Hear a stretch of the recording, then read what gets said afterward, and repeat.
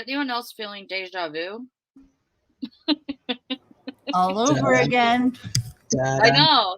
Da-dun. Right? Hey guys, welcome back. Hello. We're back from station identification and relocation. Oh man, as you guys can see, I have my wonderful friends Tia and Teresa up here. Mostly because we're doing a bunch of updates, and it's a lot easier to talk through updates with other people versus just trying to like spout them out myself. But at the end of Teresa's last live, if you guys missed Teresa's live that just ended just now, go head over to Criminality, and we killed it. Yeah, we did. Or Barry did. Don't go over there now. Allegedly. Wait until this live is over and then go there. Yeah. So, for those of you who haven't heard, but I'm pretty sure most of you were over there or at Melissa Jade's somewhere. The big news of Suzanne Morphew's body being found, which is insane. It's like one of those things where it still doesn't necessarily feel real that it happened, right, even though we've been talking about it for the last 2.5 hours. And it's just crazy to me. Will you please reenact how you called us, though? Well, okay, so I FaceTimed Tia, LFT, and Teresa all together. LFT and Tia answered. Teresa did not. So I was screaming on the phone. And I was like, they found Suzanne. And they were like, what? And I'm like, they found Suzanne Morphew. And then we were like, you have to tell Teresa. I'm like, she's not answering. And then we kept trying. Answer! I was like, oh my God, you will be the answer. I was like screaming, answer, Teresa, damn it, answer. Oh my God. And finally you answered, and I heard like the little ding, and it was like someone came into the call, and I was like, Teresa. And luckily I'd done a video call, so I got to see Harry Potter in the flesh. And hey, you leave the thing on my forehead alone. But it was I was able to see you guys. You can't see it when you back up, but no. What do you mean you can't see it? It's right there. No. Because when you move slightly forward, you can see it, but right there, you can. Okay, now, yep. Well, now. It is a Harry Potter thing. I love that. It's not even cool like Harry Potter. There's no like zigzag or anything. My husband's like, sure you can go Odin for the find like a Harry Potter Band-Aid and put it on. Because let's make it more It's so bad. Yeah. So bad. So I went to totally going to sidetrack your live right now. So go ahead. I went to pick up my tiny human from school today. And I don't even want to go out in public with this stupid thing on my head. And because everybody like is talking to me and they're just like looking straight at the middle of my forehead, and you can see like they're not even looking down at my chest anymore. They're just looking straight at the middle of my forehead. And I'm like, great. And so one of the kids in his class comes up and she's telling me about like the fundraiser thing that they're going to have and how cool it is. She's all, how did you get that owie on your head? Owie. And I was like, I don't know. It just kind of happened. Heather. But it was like this little kid just ran. She's like, how did you get that owie on your head? And I'm like, see, at least kids will just like, they just ask. All the parents are like, what the hell's wrong with your face? Yeah, no, I like it. I've just called it the Harry Potter thing ever since you showed it yesterday. So. Yeah, no, it's not. It's just a stupid straight line down the middle of my forehead for no apparent reason. That's just, I have no idea. Oh my gosh. Ridiculous. I blame the dog. It could have been the dog. I was thinking about that because she does, like, once my husband gets out of bed, she'll come and like she lays like she's a human. She's so big. Yeah. And then she puts her face like right there, and she does try to like paw at me sometimes. I just think I would have felt her do it, but I don't know. I have no good answer. So here we are, and I'm going back off camera. You guys all saw it. Take your screenshots. Here it is. There it is. There you go. I'm not doing that. Yeah, you already have it. You know it. No, but you know what? I will say this. You could have hit it much better under a criminality hat. Which that's true. I could have. Uh-huh. Just saying I ordered one. Where did I send that to? Because I can pull that up. I so much for joining the memberships. Oh, Elisa. You could go as Harry Potter for Halloween. Yeah, I'll probably have you a nasty could. story. Elisa, that's so kind. Thank you so much for gifting 5 memberships. Oh, thank you. Congratulations. Yeah, thank you. Also, I have 1 membership emoji so far, and it's Dexter, and it's actually Dexter. Oh, whatever. So, you're making fun of my doggy one. I told you guys, the best $1.99 I've ever paid was to the Facetune app, because you now can do pet AI things. So I got 100 pictures of Dexter, like photoshopped into different things. There's ones of him drinking at a bar. There's ones of him on the beach with sunglasses on, and they are fantastic. Yeah. Oh, wow. I got to go back to that. I kind of canceled that a long time ago, but what is it? The Facetune app. It just Facetune? Facetune. It's the same one. I did ones a long time ago. I don't know. I think I remember those. Yeah. Those ones were so bad. The ones of me. Oh, they did me so dirty when I did my AI ones, but Dexter's all turned out really cute. And so one of them has now made it into the membership emojis for Dexter. Also, guys, once again, memberships, all of the money for memberships will go towards StreamYard, Canva, stuff like that. And then all the extras every month, we will get together on a members only live and donate it to wherever all of us as members decide to. This is not my income. I'm literally doing this to help others and to try and just get awareness out there and stuff. And it's something I'm passionate about. So just if you guys do get a membership or anything like that, that is what your membership is going towards. Let's see what else. That's what she said. Getting a drink and then showing up, and then she just never did. Yeah, it's cool. And we really got up the phone with her, so I don't know where she'll be. Aaron, yeah, it also will go towards my intro music that I have and always will pay for.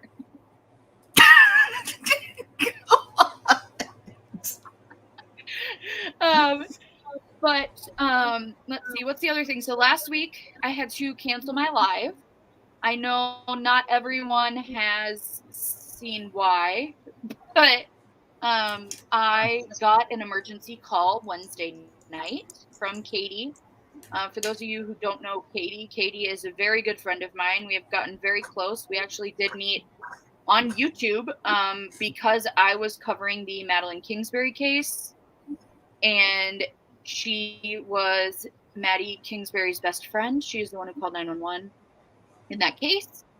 And ever since then, we have been very close, and she went into labor, and she had a beautiful 6-pound, 8-ounce baby boy named Chester. And so he's the cutest little thing. And so I had to make a trip down to Winona to go spend a few days and help them out. So I was down there, and my live for Thursday, which actually happened to be about Maddie, is now rescheduled for this Friday, I believe, where I'll just go over the case, just so I have it here at my channel. I know I've covered it a few other places, but I want Maddie to have a home here as well, because it is something that it's very close to my heart. So there's that. I did post a picture. I'm not going to be posting any baby face pictures for security and safety, but that's kind of the gist of everything that has happened so far up to this week. And then today, with everything kind of hitting, that's where we are with everything.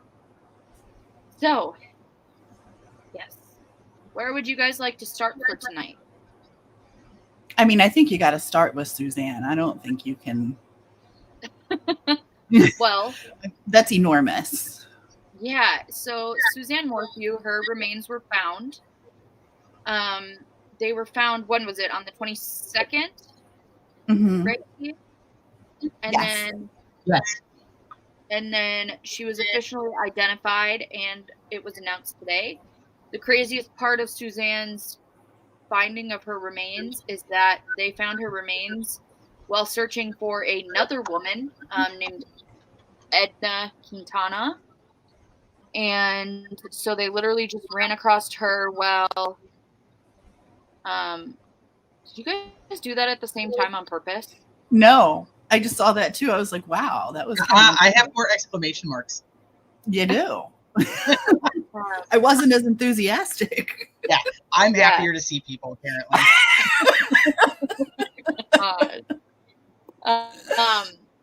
So yeah, she was found. We don't exactly know where. If you guys don't want to find out where, but want to go on a walk in Moffat, you can go on Teresa's channel where I was trying to help. We did. We were looking. I think we have a pretty good idea of the general vicinity, but yeah, no, they're not releasing. They're not releasing the details, so not yet anyway. So, that's a huge thing, and like I said, I still think I'm still in shock, especially on the aspect that they didn't find her, like, while looking for her. And I think that's the craziest part to me at this point. So how far away, and I had to go jump in the shower really quick, but how far away from the search site was the site where she was found?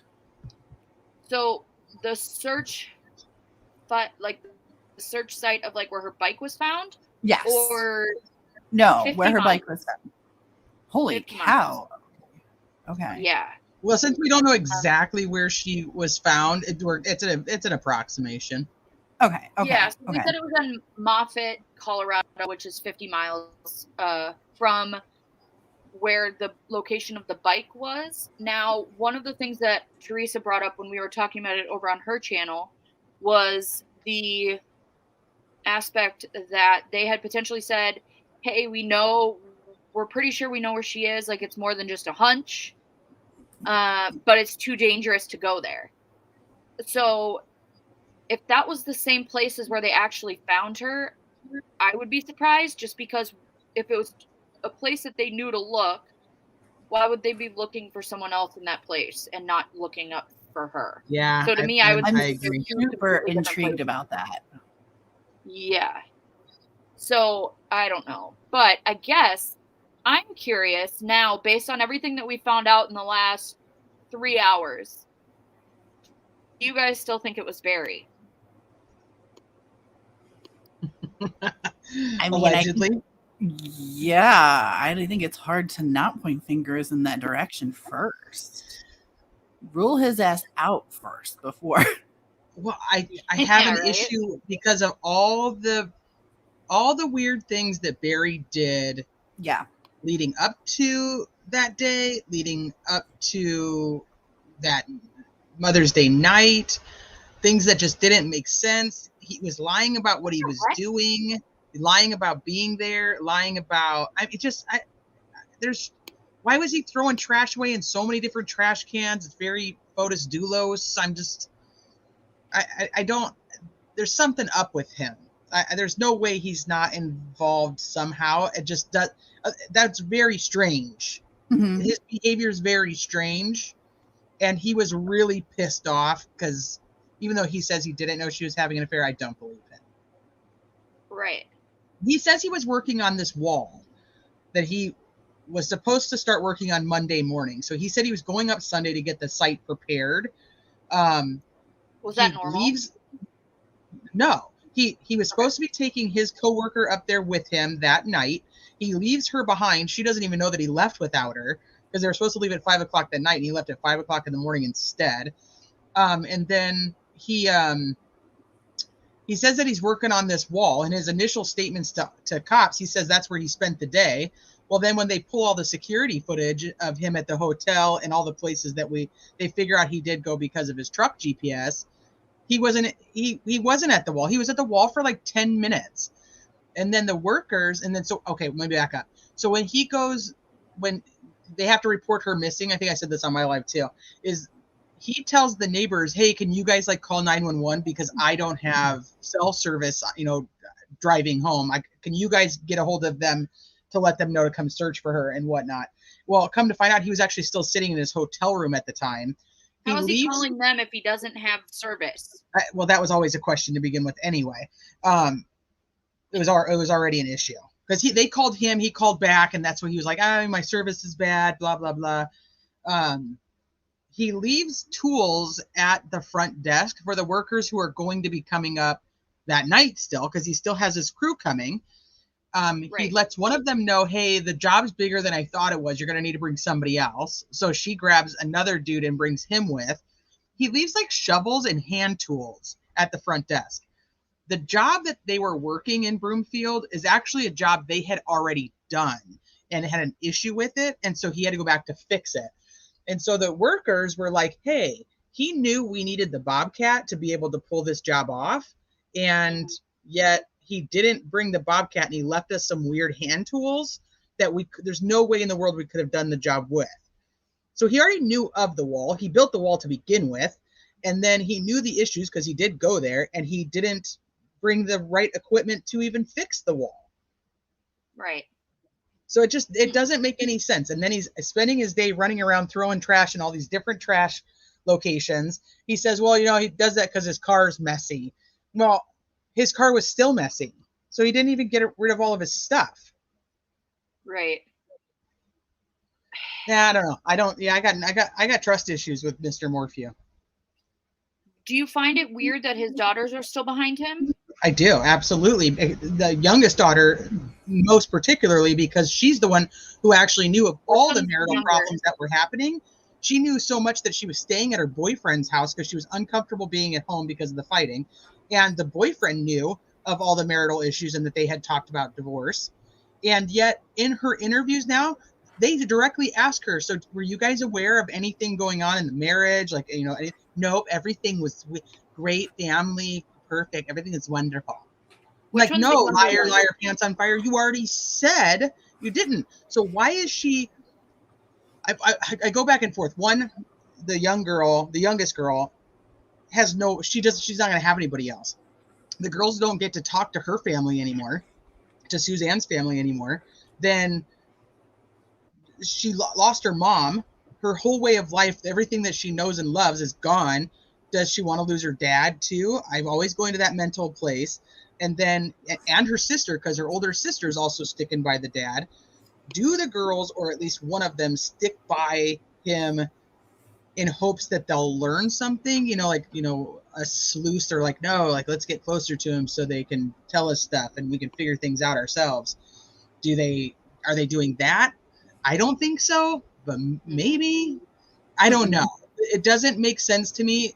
But she talks to her friends in text messages and tells them how manipulative he is and how he has got the older daughter under his thumb because he's manipulated her so much. No, is it Mallory or Macy that is for him, and which one's more against him? Well, they're both for him now, but Mallory would be the one that's more for him. Okay. And then Macy. Right. Okay. Let me make sure I have them correct. I don't want to tell you guys the wrong thing, but I'm almost positive that I'm right. Macy.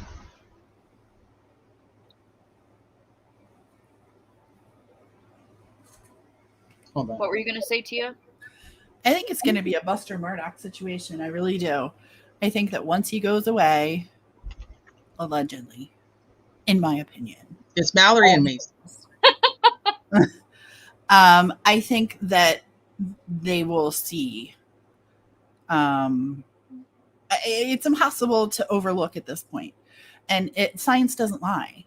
So once they run all the tests, I'm interested to see what comes back on poor Suzanne and all the things. But that's I think once he goes away finally and for good, you think it could be some type of Stockholm syndrome? I think it's totally possible. And I think that I agree with Teresa. Like, you lost your mom, your dad's being accused. don't know. I mean, there's, I wouldn't want to lose my dad either. I would want to. I feel like if I knew my dad did something, I'd be able to be like, nope, no, thank you. It's such an enormous loss all the way around, though. I don't know if you can process that all at the same time. I mean, let me say this. I don't know that I could process it. So I'm just using myself in it as a bad example. But I see where you're going, and I don't disagree with you. Like, you do kind of go, huh, Dad, did you do something like this? Right. I also don't think they want to believe that either. No, well, hello, Pookie Bear. Look who decided to join us. I can't. It took a really long time to get that drink. Now I want another one because oh Lord, and here we go.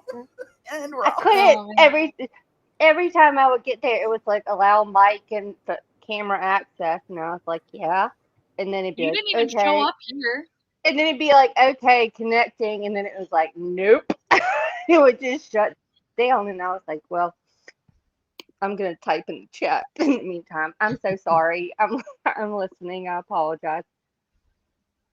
Yeah, everything's broken. Mallory's the older one, and Mallory was in college at the time, and Macy was like 16-ish at the time. Okay. And it was in 2020, so yeah, add 3 years. Okay. Hey, Linda H, welcome in. I feel like the daughters look very like sullen and obedient in their like something about them is like, no, we defend him 110%, but there's a part of it that's like it's like they're winking at the same time going, no we don't like we're here under because we were told to do this right deal. Yeah, I feel terrible for those girls. I really do. Yeah. So what does chat think? Does chat think it was Barry still? So the first poll that I put up, it closed itself on its own. Oh, nice. And the second one that I put up has 36 votes and 97% say yes. They think it's Barry still. Yeah. I think I voted while I was trying to get on. I think I said yes. Because Barry, I just don't think I like him. I don't think I would like him on any average day, even if I met him before all this happened. Like, I was just thinking, no, he's a douchebag.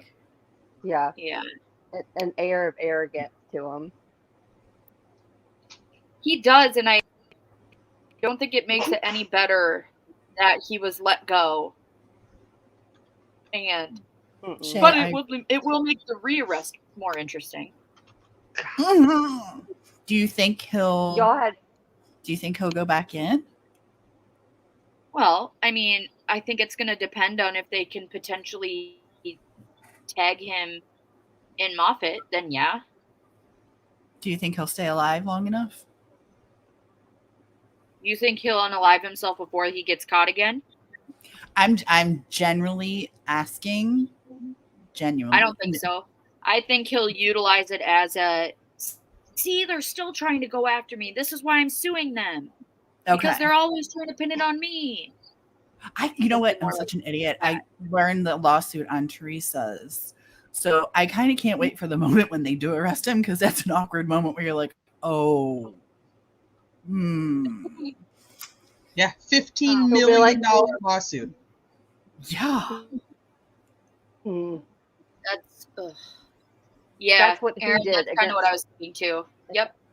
All three of you, there was Aaron, Quinny, and C-Dub all said at the exact same time, too narcissistic / arrogant to unalive himself.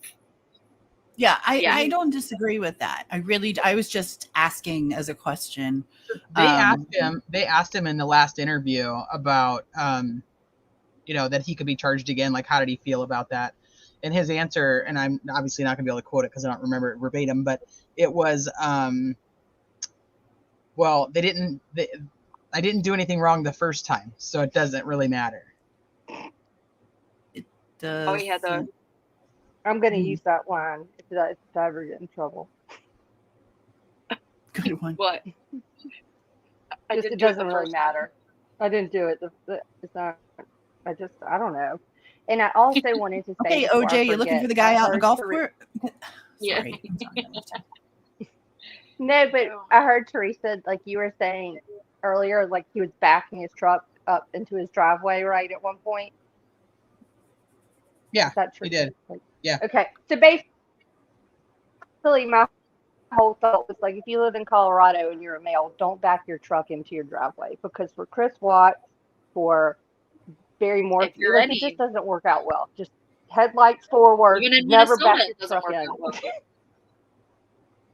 Good Even in Minnesota, it doesn't work out well. So, wink, wink, nudge, nudge. That was my one thought. I was like, I wouldn't be backing into any driveway. I can't back in. I'd hit my garage door. Don't do that. Back up, Terry. Put it in reverse. Put it in reverse, Terry. Don't do it. Sorry. Oh, man. I bet y'all wish I would fall off right about now. You're so ridiculous. Here, I'm gonna play you guys. I'm gonna play that last his last interview from May of this year when he announces that he's suing everybody. Yes. Oh, are you gonna play it? On the screen. Yeah, I put it up on your screen. You just have to add it. Oh, okay. Sure. Just kidding. Okay, I'm laughing so far. Put it in reverse. What has these last 3 years been like for you? Very, very sad. Very confusing. Just so traumatic. Like literally our worst nightmare.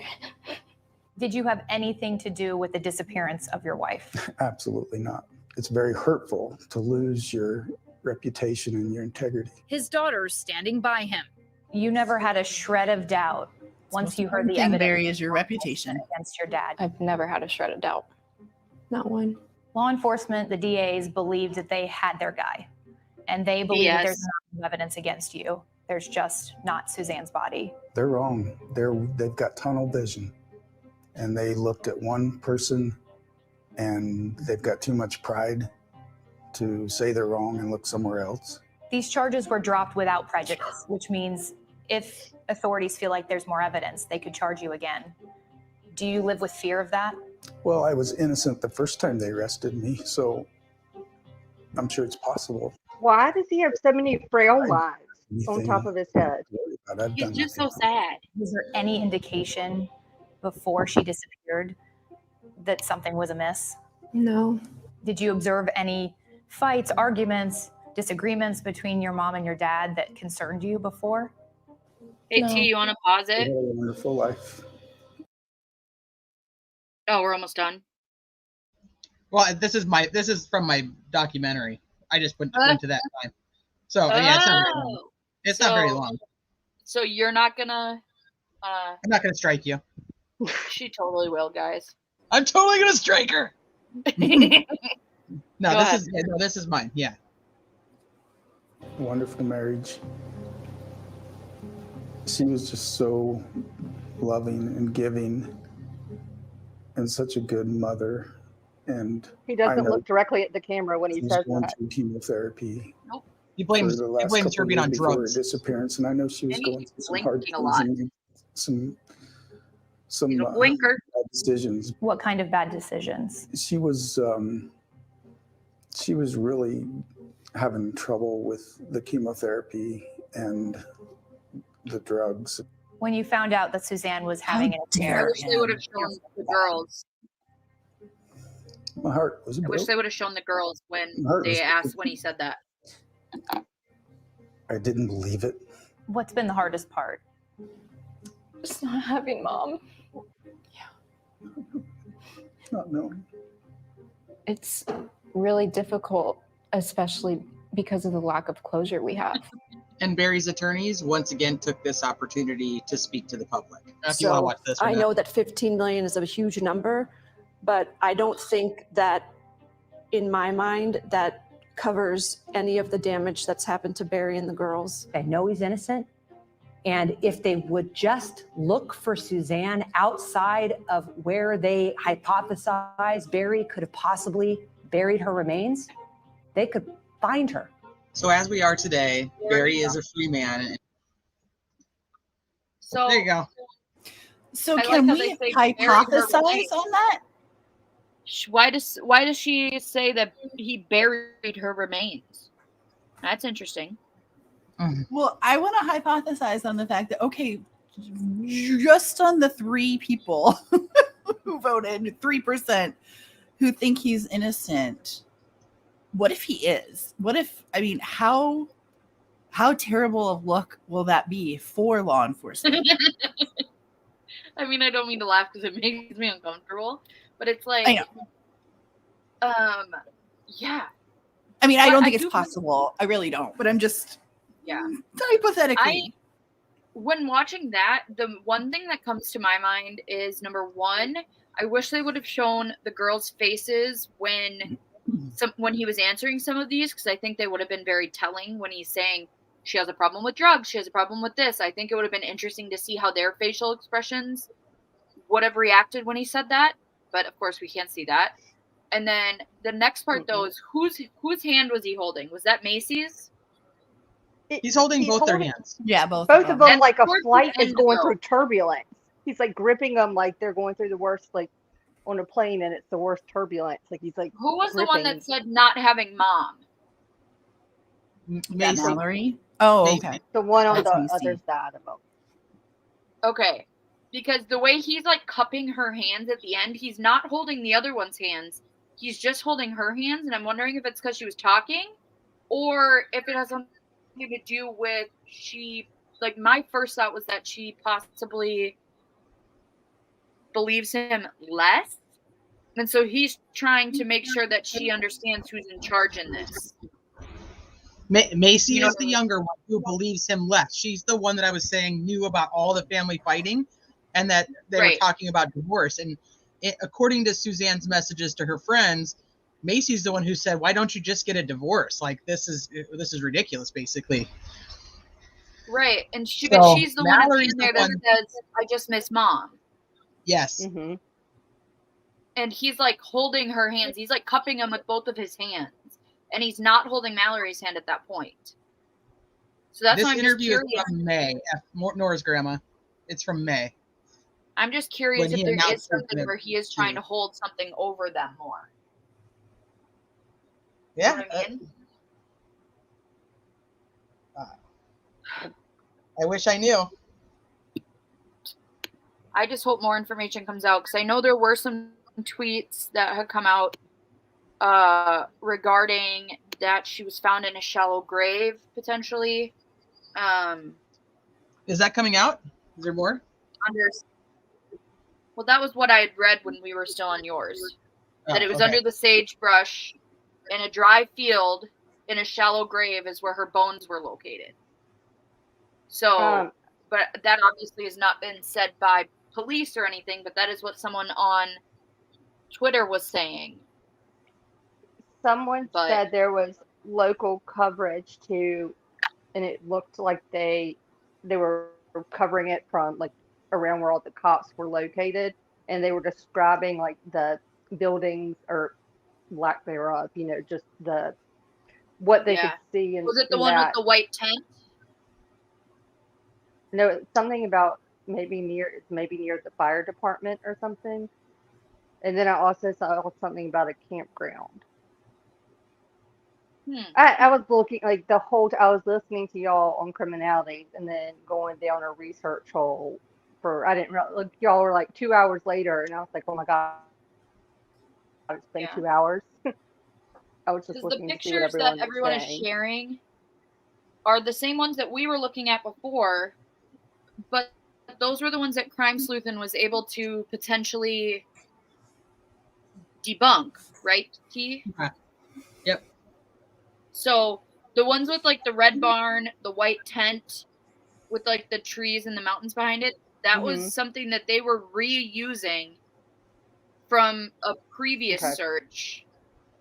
And they were using it with the headline, though, of remains found. Hey, Buck Cherry Lover, welcome in. So, which is annoying. Annoying. Oh, man.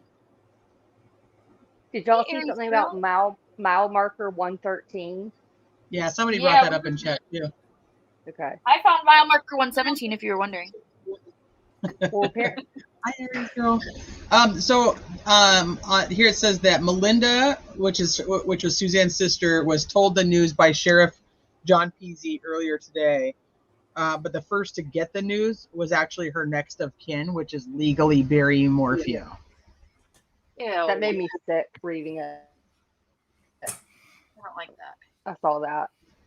I just keep thinking of her brother. And remember Andy, all those searches yeah. that he was so, I mean, just, God, at the beginning, just I can't.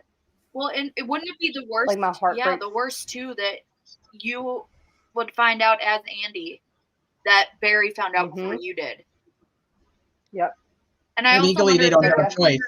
Yeah, I was going to say technically and legally, like, yeah, they don't. It had to be Barry. How closely do you think they're watching him?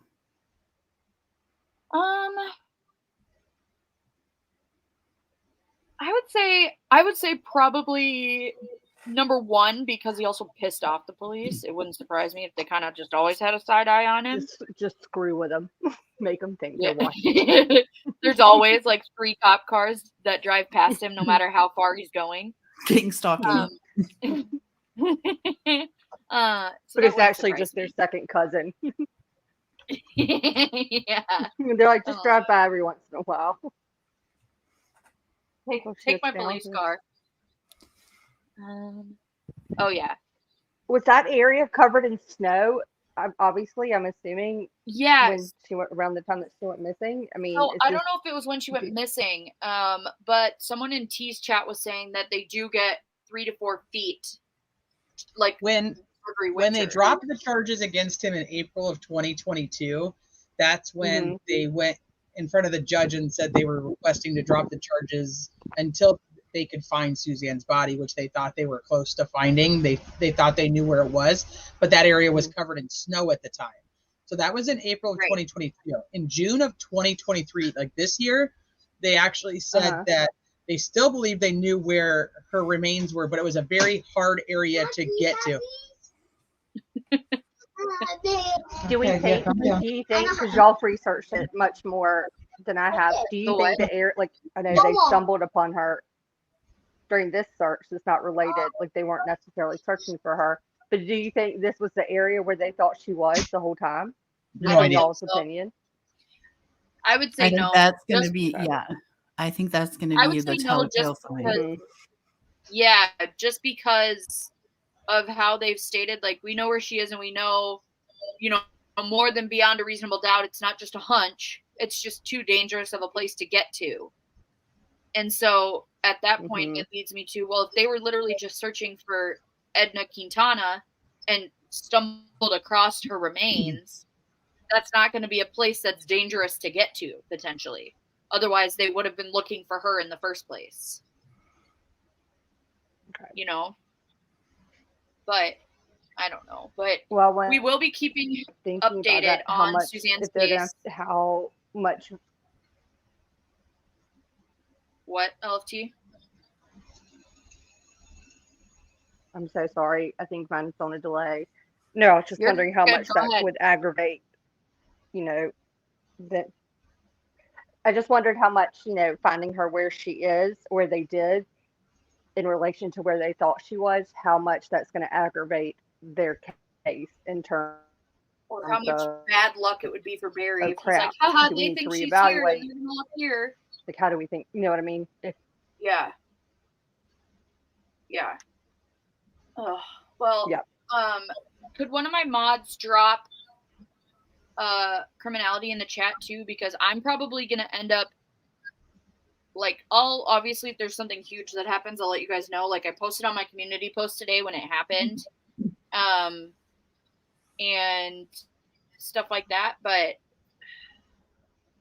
I'm probably not going to do another live on it, and I'll probably just leave it to Teresa, sorry, to handle that one. You can come with me.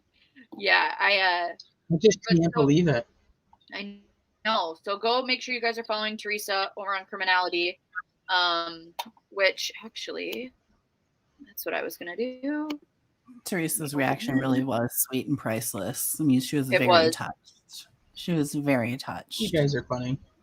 One I thing was that not expecting that at all. I thought we were going to have other news when I picked up the call, and I was like, okay, we're going to have other news in a different case, and then you said that, and I was just like, I was floored. Yeah.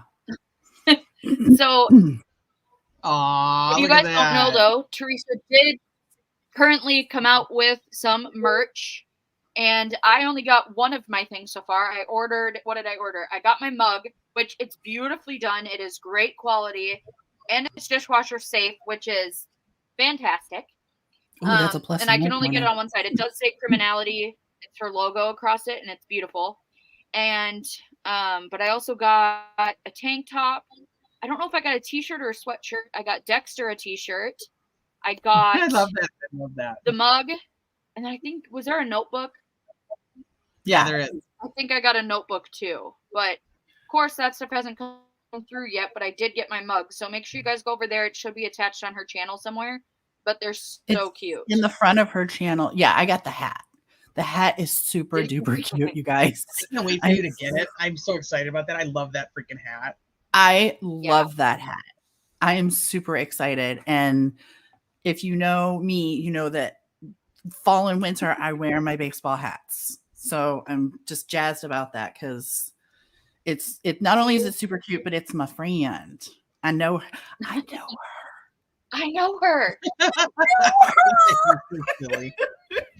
Heather says, question, if I order merch, does my package play her intro? No. But I bet you could probably call her and third party. For you. It's a third-party merch place. It's cute stuff. I think that Did means you actually design it by chance? So they have, the site has like set merch, and then you go in and you can do all your colors and stuff. Okay, cool. And then I can just take like my logo with a transparent background and I put it on the different pieces of merchandise. You know what I mean? Like how I wanted it and where I wanted it. So design, yes, but not real. I mean, you know what I mean? Like it's kind of put it all together. Yeah. No, the mug looks amazing. It looks really, really good. It looks so shiny. Oh my God. You could make like kids cups and have Criminality on one side, and then on the other side it says Tiny Human. That would be so cute. Like little sippy cups. Yeah. Little sippy cups. That's a really cute idea. Mm-hmm. And then on the other side, I'll have to see if they have that. They have beer glasses. I was going to do one of those, but I just did some basic stuff. I did like a couple hats, a couple different sweatshirts. One's a hoodie, one's a zip up. A men's t-shirt, a women's t-shirt, the mug. I had to have the notebook because you guys know I love to write everything down in my notes. They don't have a pen though, which I thought was really weird. I'm like, how do you have a notebook but you don't have a pen? Like, I want Criminality pens, right? There's a sticker. We got to go on our merch. For your car. I've literally designed t-shirts for everyone else and never done one for us. You should. I know. Here, I'll show you. You want me to show you? I show you. Yeah, show, because it's really cute stuff. Yeah, it is. Share it. Yeah. And then after that, we will go into. Let's go shopping. Let's go shopping. Don't tempt me. I already did. I know you did all your back to school shopping on Criminality's merch. I need to have something that says Tiny Human merch. Mm-hmm. I want to be behind Teresa one day in the car, like not even knowing it, and be like, "Oh my God, look at that!" Like either minivan or Acadia. I don't even know what you drive. I'm just going with a lot of kids.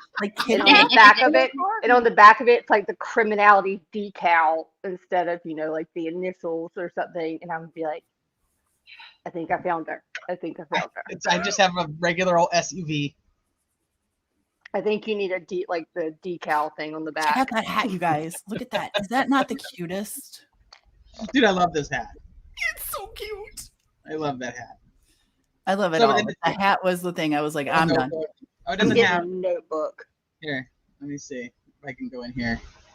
Because the sweatshirt, for whatever, that's the hat. Yeah, it's like embroidered in there. It's so cool looking. Yeah. This is my favorite probably of all the pieces. Is the zip up sweatshirt with Ursa on the front, and then the back is so cute. Wrong one. Back. It's up in the side, yeah. Yeah.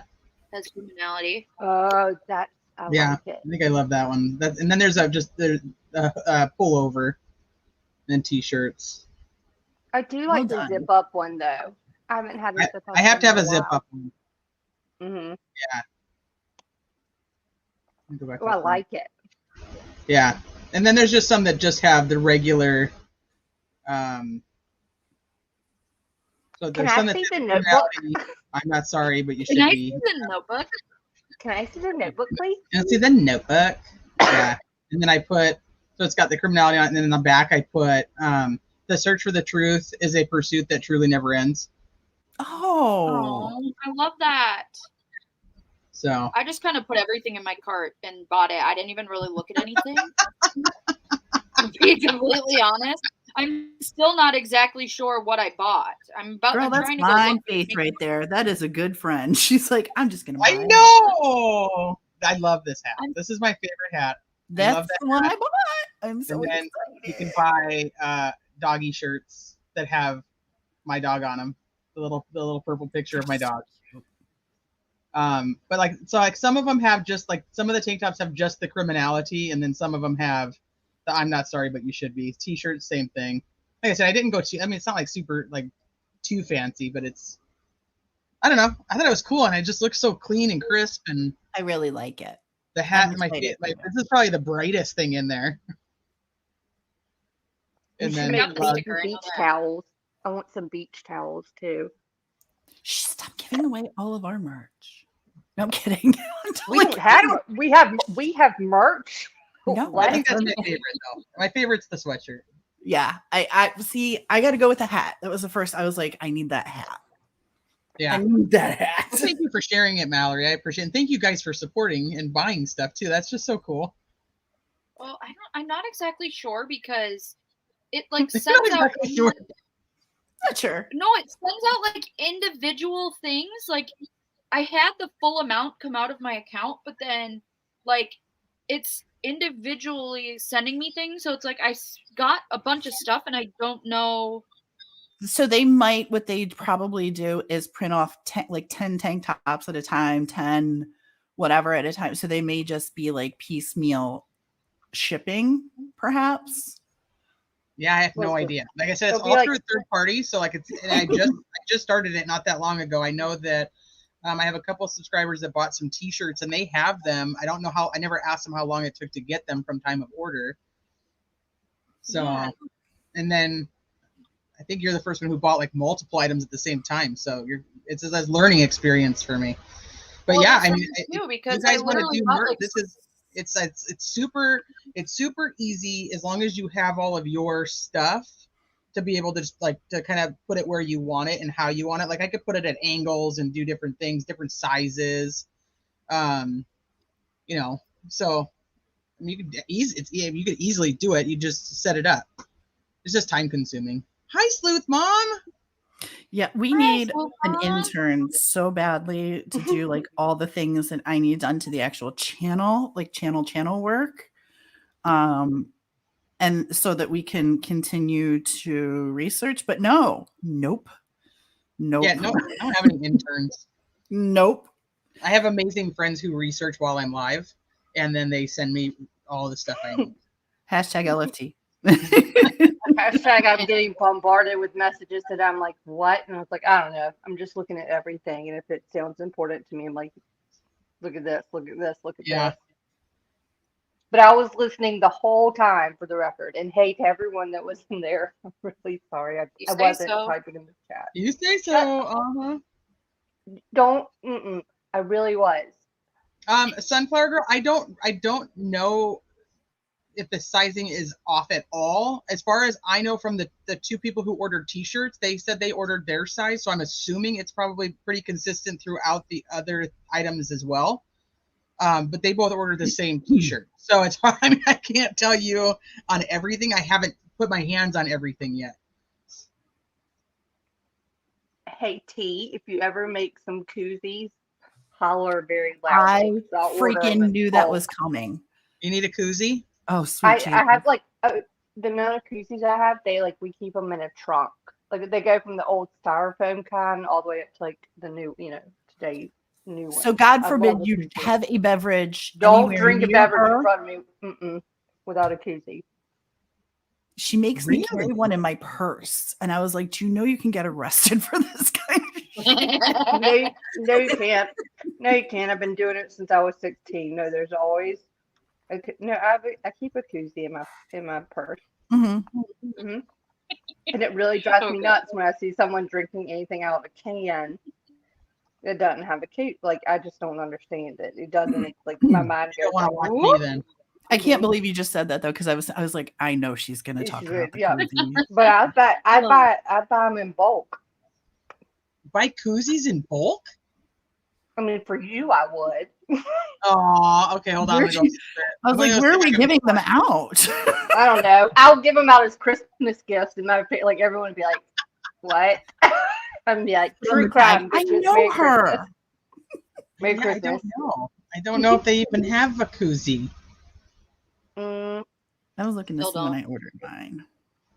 I don't or I even know styrofoam isn't great. Don't get me wrong, but I do love getting like how you can make your own like styrofoam cups. And get the sleeve of like 20 of them, and I reuse mine.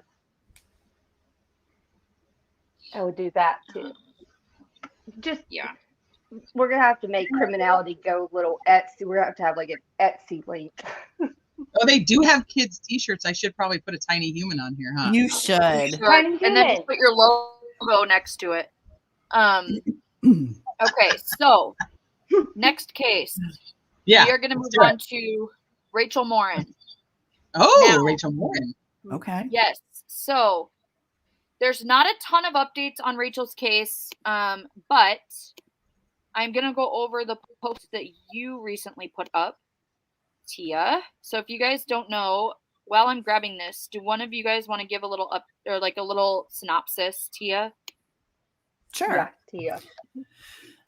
Rachel Morin was a 37-year-old mom of 5 kids from Bel Air, Maryland, who mysteriously went on a walking trail and vanished, was found the next day unalived, brutally, and they're still searching for the suspect who did this. The suspect has been linked by DNA to another crime or couple of crimes in Los Angeles. And there's the video, which many people have already seen, of the Ring doorbell video of the suspect leaving the house where he did a home invasion and an assault. Rachel Morin is local to me. So she's touched my heart in so many ways. And she's really, what I've learned is she's an amazing inspiration. She was writing a book. She's just a really good lady. And some of the things that have been put out about Rachel, speculation or old information, she was a good chick. She was a really good chick. And she was an amazing, amazing mom who has raised beautiful, tiny humans who have lost their mom. And the kids are young. The kids are really young. They are 7 to 18. And from what I understand, each is doing differently on the loss of their mom. Yeah. But we also learned the other night, I didn't know about her writing a book because she was using her personal life experiences just to kind of the ups and downs of things that what they say about relationships and self-esteem. I thought I'd had no idea about that. And I also did not know that, I know we all noticed the hand closing the door in the home security video. We now know that was the male that was shutting the door. So the perpetrator that was like one of the big updates. well, yeah. And that was one of the things I was like, you know what? It my head the whole time. I was thinking it was a female who shut the door. Well, right. And so you also... But it's a male who was shutting the door. Which, even looking I at thought it was a girl. I saw bracelets. I'm telling you, I saw bracelets. I've always thought it was a girl. And then I heard recently that it was a guy. And I'm like, I don't know. I just... Well, I go on that trail all the time. Yeah. Nora's grandma was asking a question. I'm sorry. Yes. Oh, yeah. If you guys go over to the Decipher podcast, which I know one of my mods just dropped. Thanks for dropping that. That was nice. Yeah, she has gone live over on the trail, and is, like I said, very familiar with the area and helping in any way that she can. So that is, one of the reasons I wanted her to tell you guys about it more than me, because I know she's not going to forget something. And plus, I know Rachel's family has been very vocal in regards to wanting to continue to put Rachel's name out there and to not forget. So that is another reason that, although there's not huge updates in the case, I still wanted to just bring this up, go over this little post, just so that way Rachel is still put out there, still remembered. And if you guys are in that area or have seen the video and know anything, please reach out to law enforcement. And so on this, obviously this is in the Rachel Morin discussion group on Facebook, but it does, it is Tia that put it on there. So it says Sheriff Gaylor reported tonight on News Nation's Banfield, also known as Beigefield, the following update. Hey, Butterfly Kisses. Hey, Tony. Hi, Sleuth Mom. Number one, it was a male who closed the door in the Ring doorbell video. Now, I wonder if it looks more feminine of an arm, maybe because it's a young male. Like if it's someone younger, like a younger brother. Specify. Or didn't specify. That was my first thought when you said male, is that would explain, more on the lines of bracelets or something like that. So, I don't know. Hi, True Crazy. How are you? I know. I can't believe we don't have this guy either. I know. It's crazy. They did speak to the individual closing the door. Now, with that update, who is they? Is that Sheriff Gaylor spoke to him? Law enforcement. Law enforcement from Maryland or from LA? I think both, right? Yes, it has. Yes, it has been both. Actually, let me say this. I don't think that's a lie. I don't think it's been both. I think it's been LA, and they have given the information because this is a separate case. This is LA's case. So LA would be in charge of this portion of the investigation. They are the ones, and I should have specified that Los Angeles is the one that would have spoken to the individual closing the door. They're sharing the information. I think they said that they actually, when they went out there, they were able to talk to him as well. I wasn't 100% on that. That's why I didn't want to relay that. You may be right. I just remember that from one of the interviews. That was. Well, just to be fair, I'm on cold medicine. And they talk about in terms of the. Oh God. Yeah, so it could get fun around here, but yes, I did. Like I said, I know for sure LA did. I didn't want to misspeak on that because I personally didn't have the proof. But if you're saying so, then I trust you guys. And yes, I think I learned it from you, so I'm going to go with that. It was probably correct, and your cold medicine is making you forget because it happened to me. Yeah, and because it was why they also led him to Chicago. I know that it was not just, I think my impression was potentially it may have just been law enforcement and investigators from Maryland, but I think whatever it was that led them to Chicago, LA helped with in terms of getting them to, like it was a collaborative effort. Sorry, I'm back. Sorry. Didn't even know you were gone. We're good. I said I'll be right back. I was about to talk to you. So I was trying to make sure everything was good, but we're good. So, Okay, sorry, back to where we were. The person, did I interrupt you guys? No. Okay. Yeah. Sorry, Teresa, go ahead. I wasn't even talking.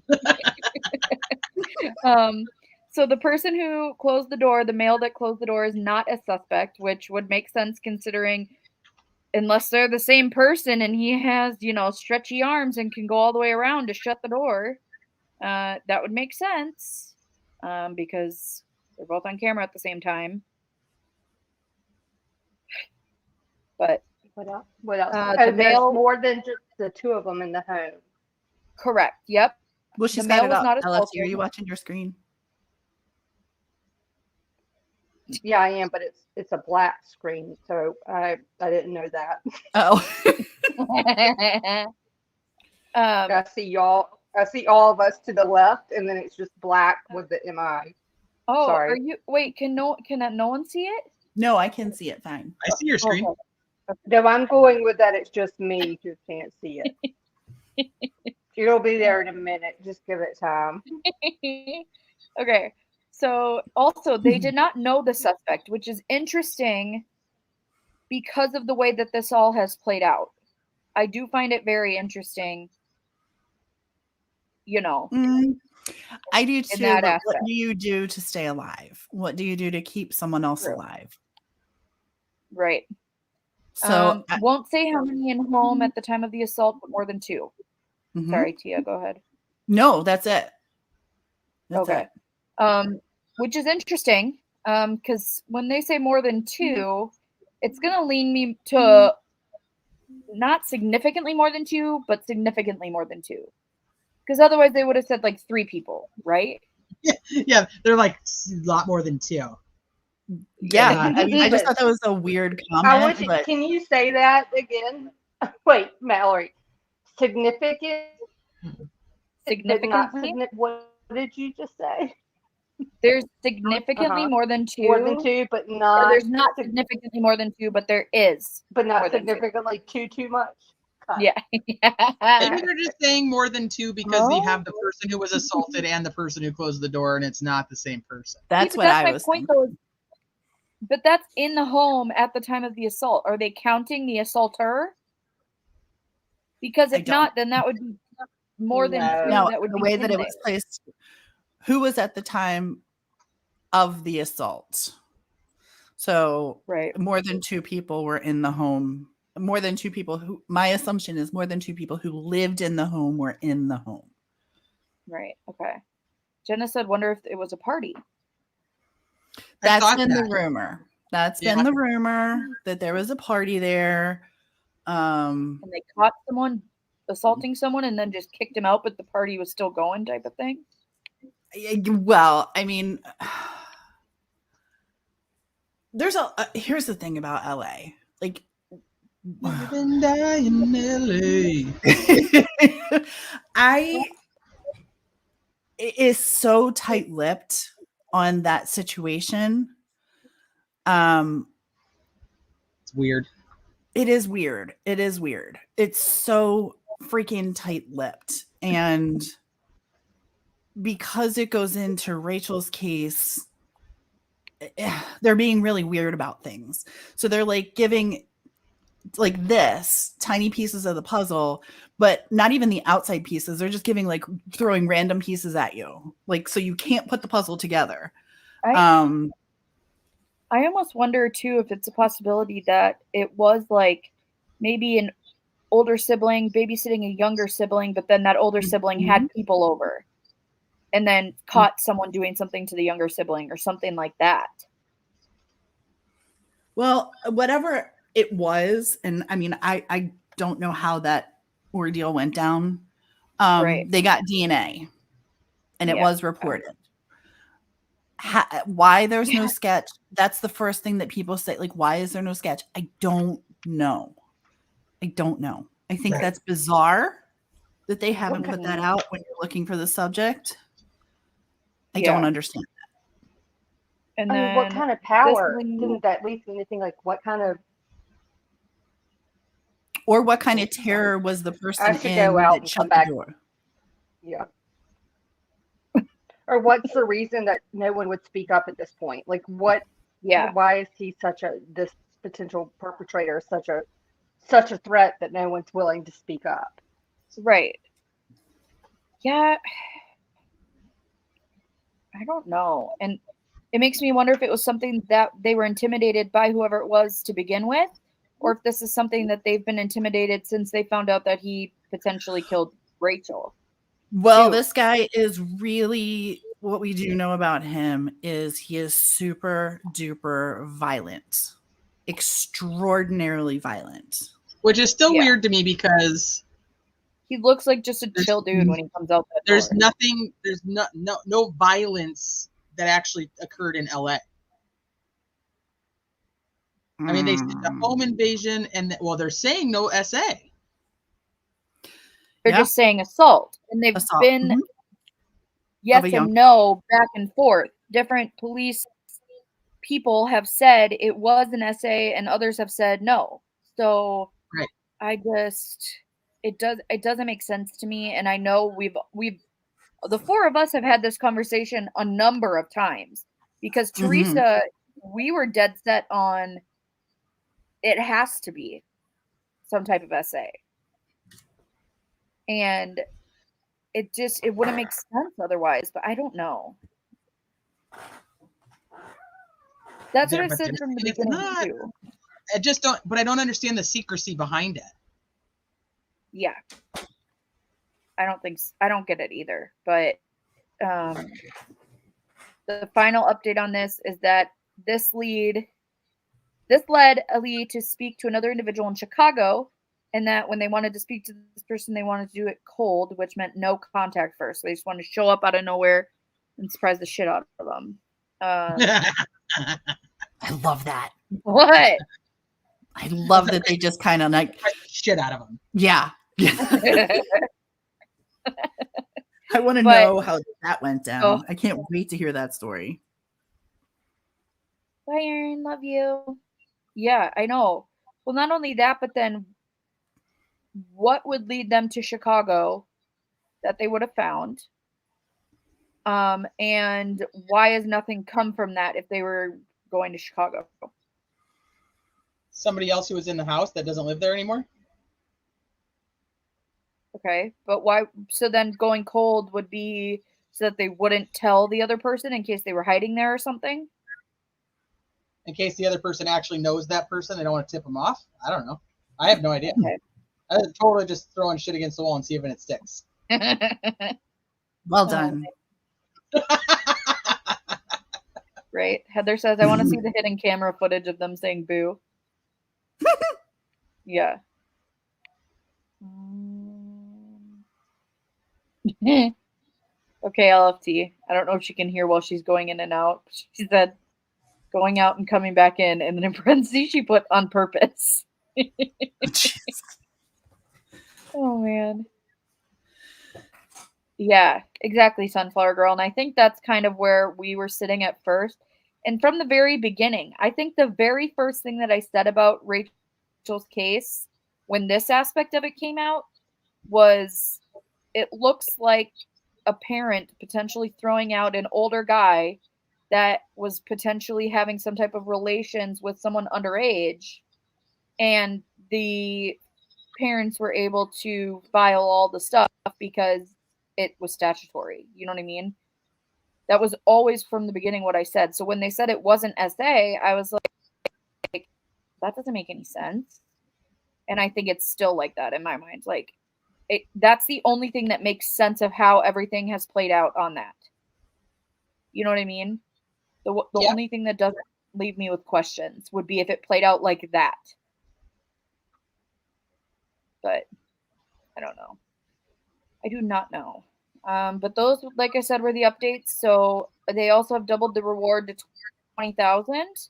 Yeah, that was a really nice surprise. So Randolph Rice is the attorney for the family, and Randolph Rice he's a great guy. I mean, everybody's like, oh, attorneys, why did the family hire a defense attorney? No, the family hired an attorney to make sure that they were doing the right things. It's not a defense attorney. It's just an attorney to make sure that they're doing the right things. This guy is doing all the work pro bono, and he is single-handedly helping with the reward. So it's really, you know, I hate that money buys information. I absolutely despise that. But you know what? Money buys information. It's fact, Jack. Yep. And so, you know, if somebody does have credible information, you know, potentially you could be $20,000 richer in helping someone. Speaking of richer, remind me, I have to go back on that one for a second. But you could potentially, you know, help a family in, you know, closing a case and helping them heal. And if money makes you talk, there it is. One really quick thing I just wanted to say about this particular case is, you know, usually in true crime, and we all know, because the next case we're going to talk about, you know, is going to relate to this, but we all know that first degree of separation is always going to be your first subject, right? So she was dating a guy for a few months, not just a few weeks, a few months. His name was Richard Tobin. And Richard Tobin was quickly eliminated. He was the one that called 911. He went searching for her that night, the next day, all the things. He was quickly eliminated as the suspect early on. He gave his DNA, he gave his phone. He's been completely cooperative. And people are to this day raking this man over the coals. And it has devastated him, his family, and he's had nothing to do with this. He is a victim as well.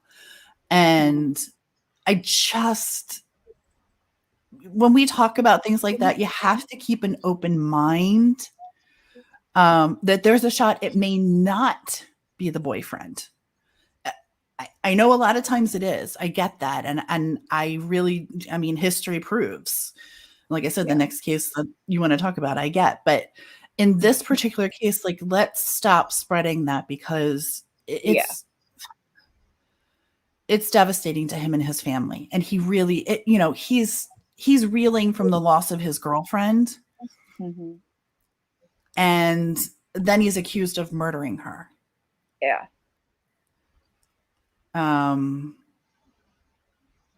So it's just, I just try to, I throw that out there just to be cautious of people.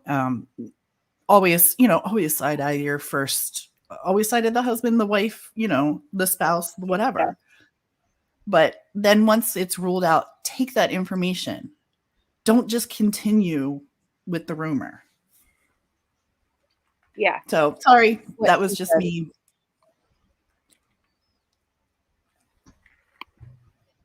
That's what Tia said.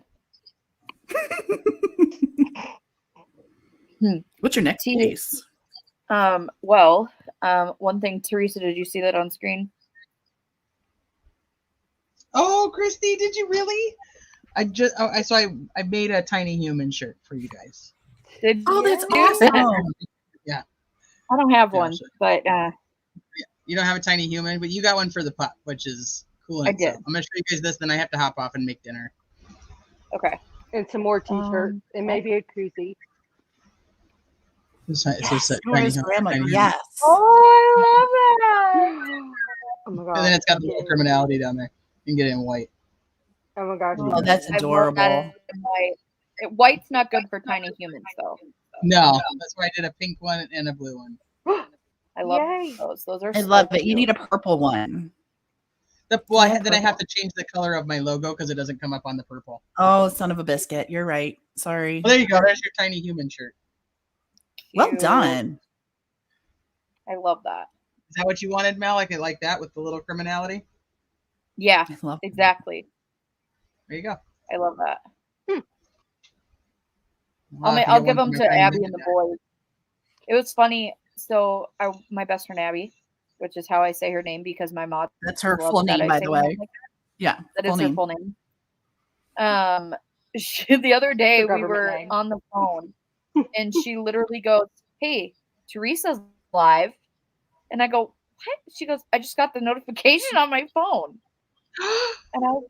And I was like, you get Teresa's notifications through your phone? She goes, yeah, everyone you've told me to subscribe to, I just turn on all the notifications.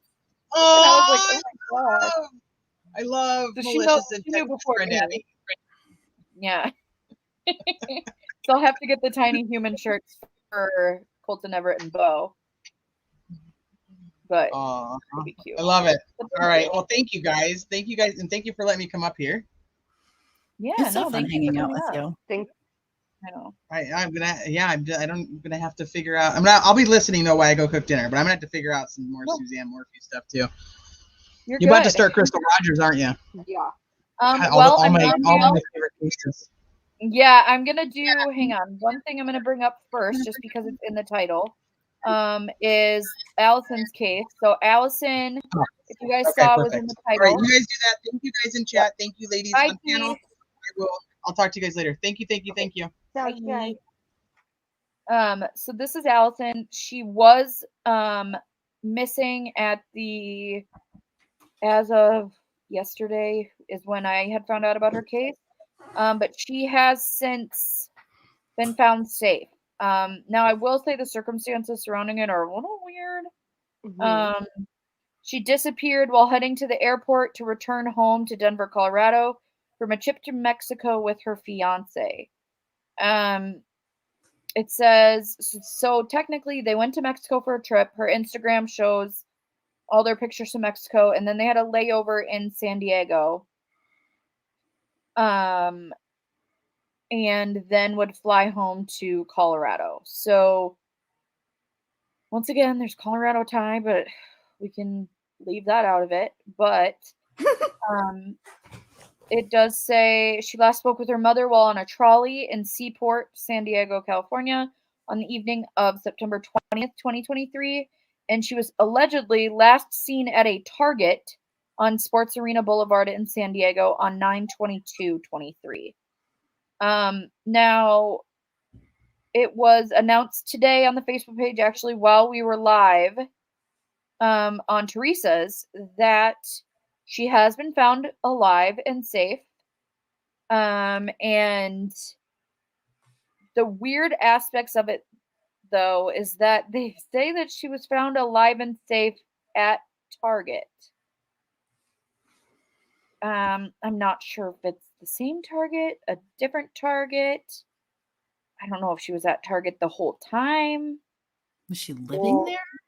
Well, and that's what I said. So I'm just kind of. Why is everyone stopping?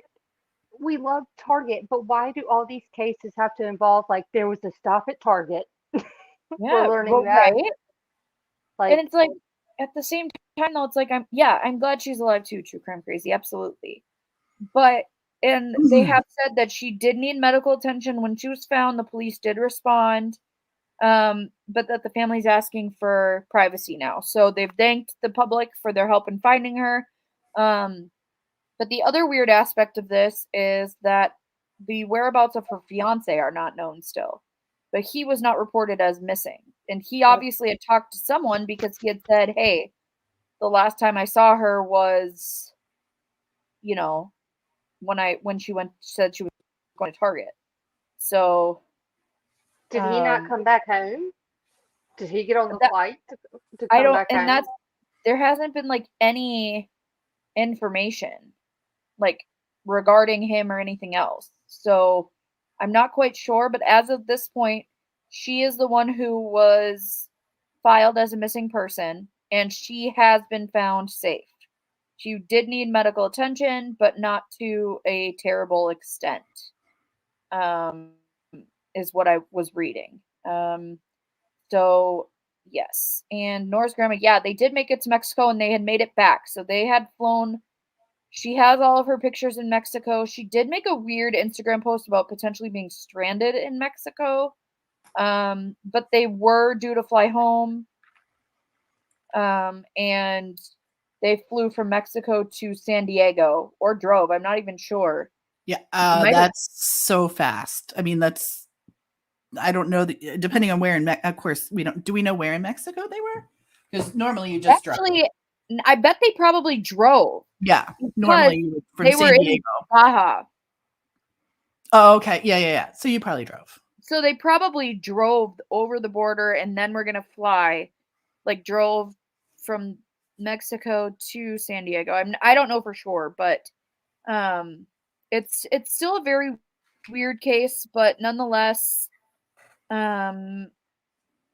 she is safe now. So it is a happy ending to a case that was going to be talked about tonight.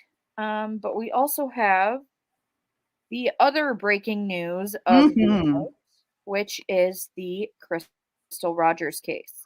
So, oh dang, our Barry Morphew poll that I never ended now has 94 votes, and it's actually 90% yes, 10% no.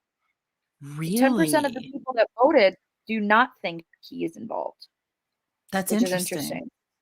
That is very interesting. Do you personally think he's involved, Mel? I'd say I'm kind of on the same wavelength as, I don't know if it was you or T, one of you guys, who said there's too much weird information regarding it. So I would say yes. But also, if he wasn't involved, I also didn't follow the case as closely. So for me, I'd just be like, oh, he wasn't. Like, like, I'd be surprised, but it wouldn't be like a, you know what I mean? Yeah. So I don't know. Let me see. Doing another poll.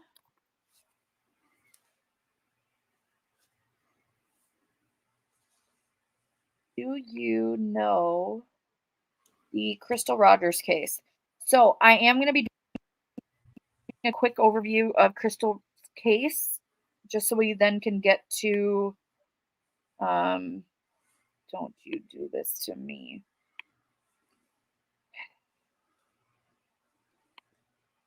Hang on. Of course. All right.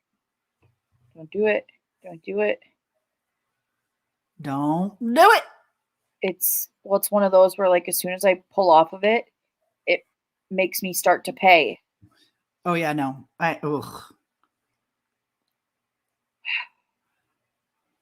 Un momento, por favor. What are we looking at? We're going to be going into the Crystal Rogers case. I'm going to have to pull up just another overview. Because that one that I had decided that it wanted to go behind a paywall. Okay. Let me see. I hate opening articles and dealing. I put it in like reader mode as fast as I can. I hate dealing with all the ads and little videos and stuff at the bottom. Drives me nuts. Okay.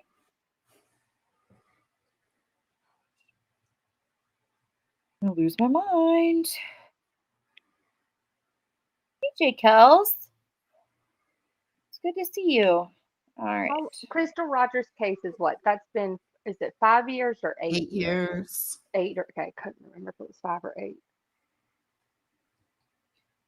Also a mother of 5. Great. Interesting. All right. So the big announcement was today that there was an arrest in her case. And this is Brooks House. Another arrest, right? Technically, he was arrested for murder. The other guy was not arrested for murder. He was arrested for tampering with evidence. Yeah, you're right. Okay, sorry. No, you're good. So Brooks was Crystal's boyfriend at the time. So absolutely, Libra Moon, absolutely. Please do. Can someone throw my email in chat too, please? Hey, Rock54. All right, so we're gonna bring it all the way back to 2015, And this is happening in Bardstown, Kentucky. Now, Oxygen did a special on Crystal's case, and it was like, I want to say like a 7-part series, and it was so in depth. It was fantastic. But there's also a lot of really interesting things that have happened in Bardstown. I know there was a person who was killed in their home in Bardstown that people originally thought was weird, but then it could have also been something. Yes, absolutely, Libra Moon. Message me anywhere you can find me. And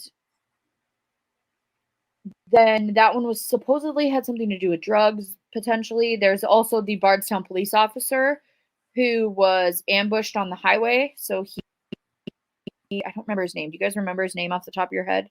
What? The Bardstown police officer. Oh. I want to say his first name was Eric. No. His first name was Eric, I think. Rock 54 GTSY is good to see you. So I want to say his first name was Eric, but he was a police officer. He'd just gotten off his shift, was driving home, and on the exit to his house or to his home, there was a large tree branch in the road, and he got out to move it. And as he got out to move it, he was shot. And a lot of people have said that that tree branch was put there on purpose. But then there was a lot of questions regarding, well, how would you know who was going to be the person to pull off there? How did you know that the person was actually going to pull off there? And a lot of people have said that they knew he was on his way home. And wasn't that part of that captured on camera? Yes. Yep. Okay. Yeah. All right. I think I had 2 cases. I was mixing 2 cases together in my head. But well, this technically is a different case than hers. But this is still happening in Bardstown. So this was an aspect of this that was crazy. Because his child was in the car, right? No. He was driving home from work. Okay.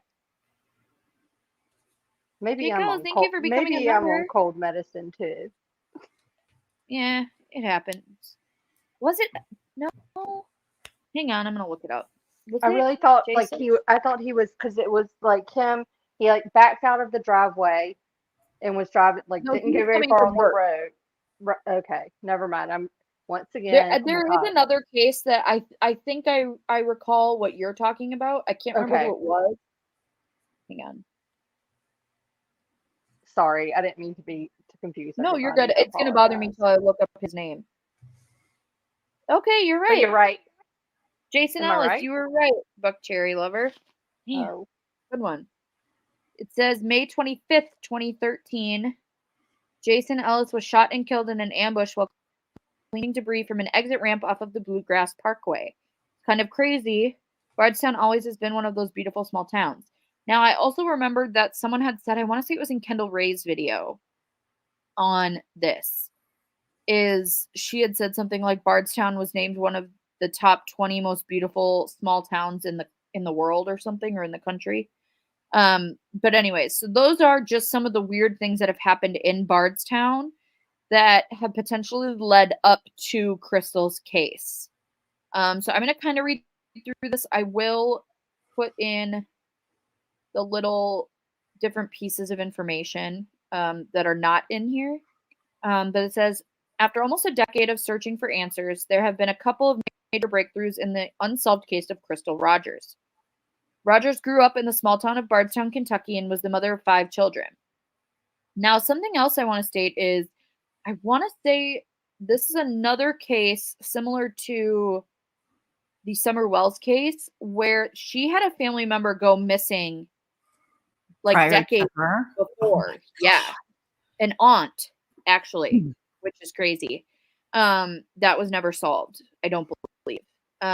There's not a ton of information out there about it, but it was just her loss was not the first loss in the family. That's so weird. Yeah.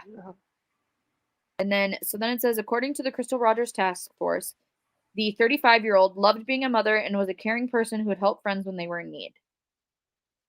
At the time of her disappearance, Rogers was living with her boyfriend at the time, Brooks Houck. Now, she had gone through a divorce with some of the parents, or some of the father of her children. And she had bought her own place, or was renting. And the landlord of this property was Brooks. So that is how they met. And then it was not soon after that they started dating. Now, people were saying that there was a lot of the way that he was very contentious with the other kids.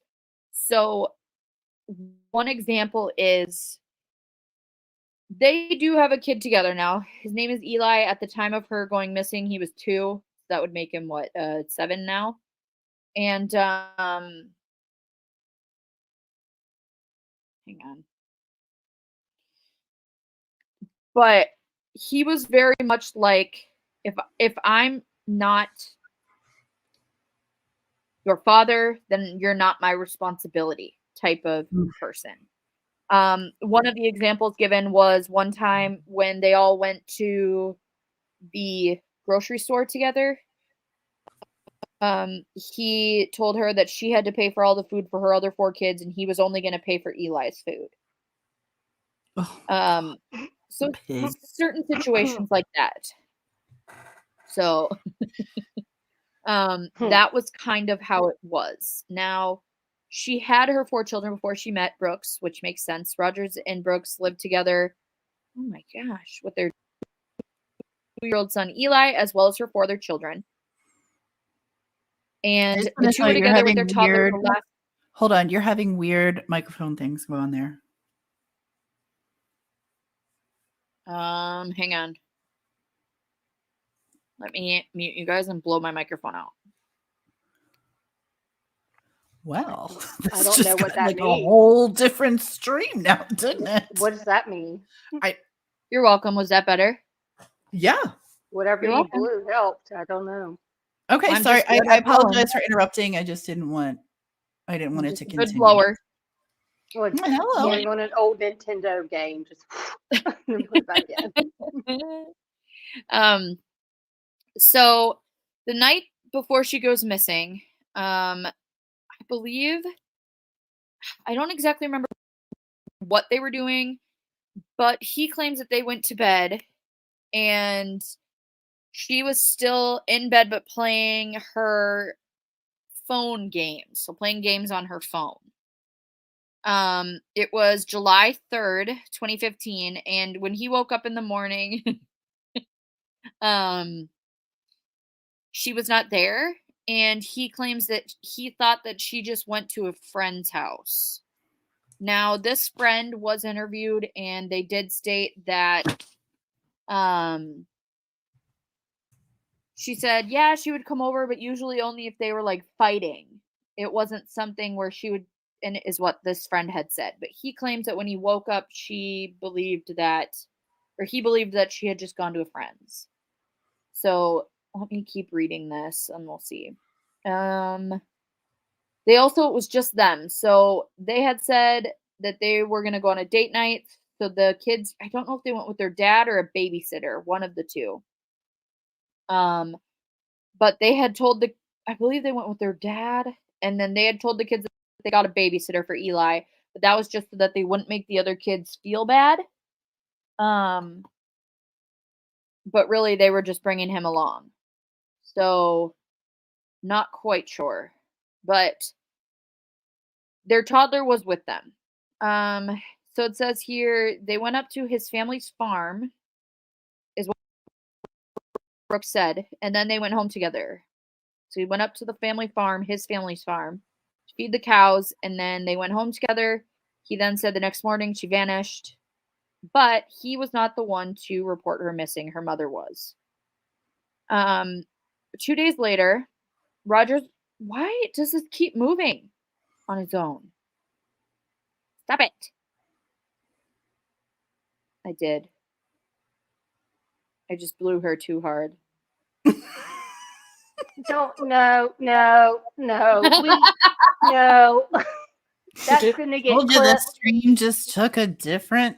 Well, that's going to get clipped, and we're going to, for the I record, don't know. that's I like the like and subscribe to Malicious Intent for all. Like, think, and describe. Describe, subscribe. Damn. Yeah. All right, sorry. Go ahead. Either way. 2 days later, Rogers was reported missing by her mother, Sherry Ballard.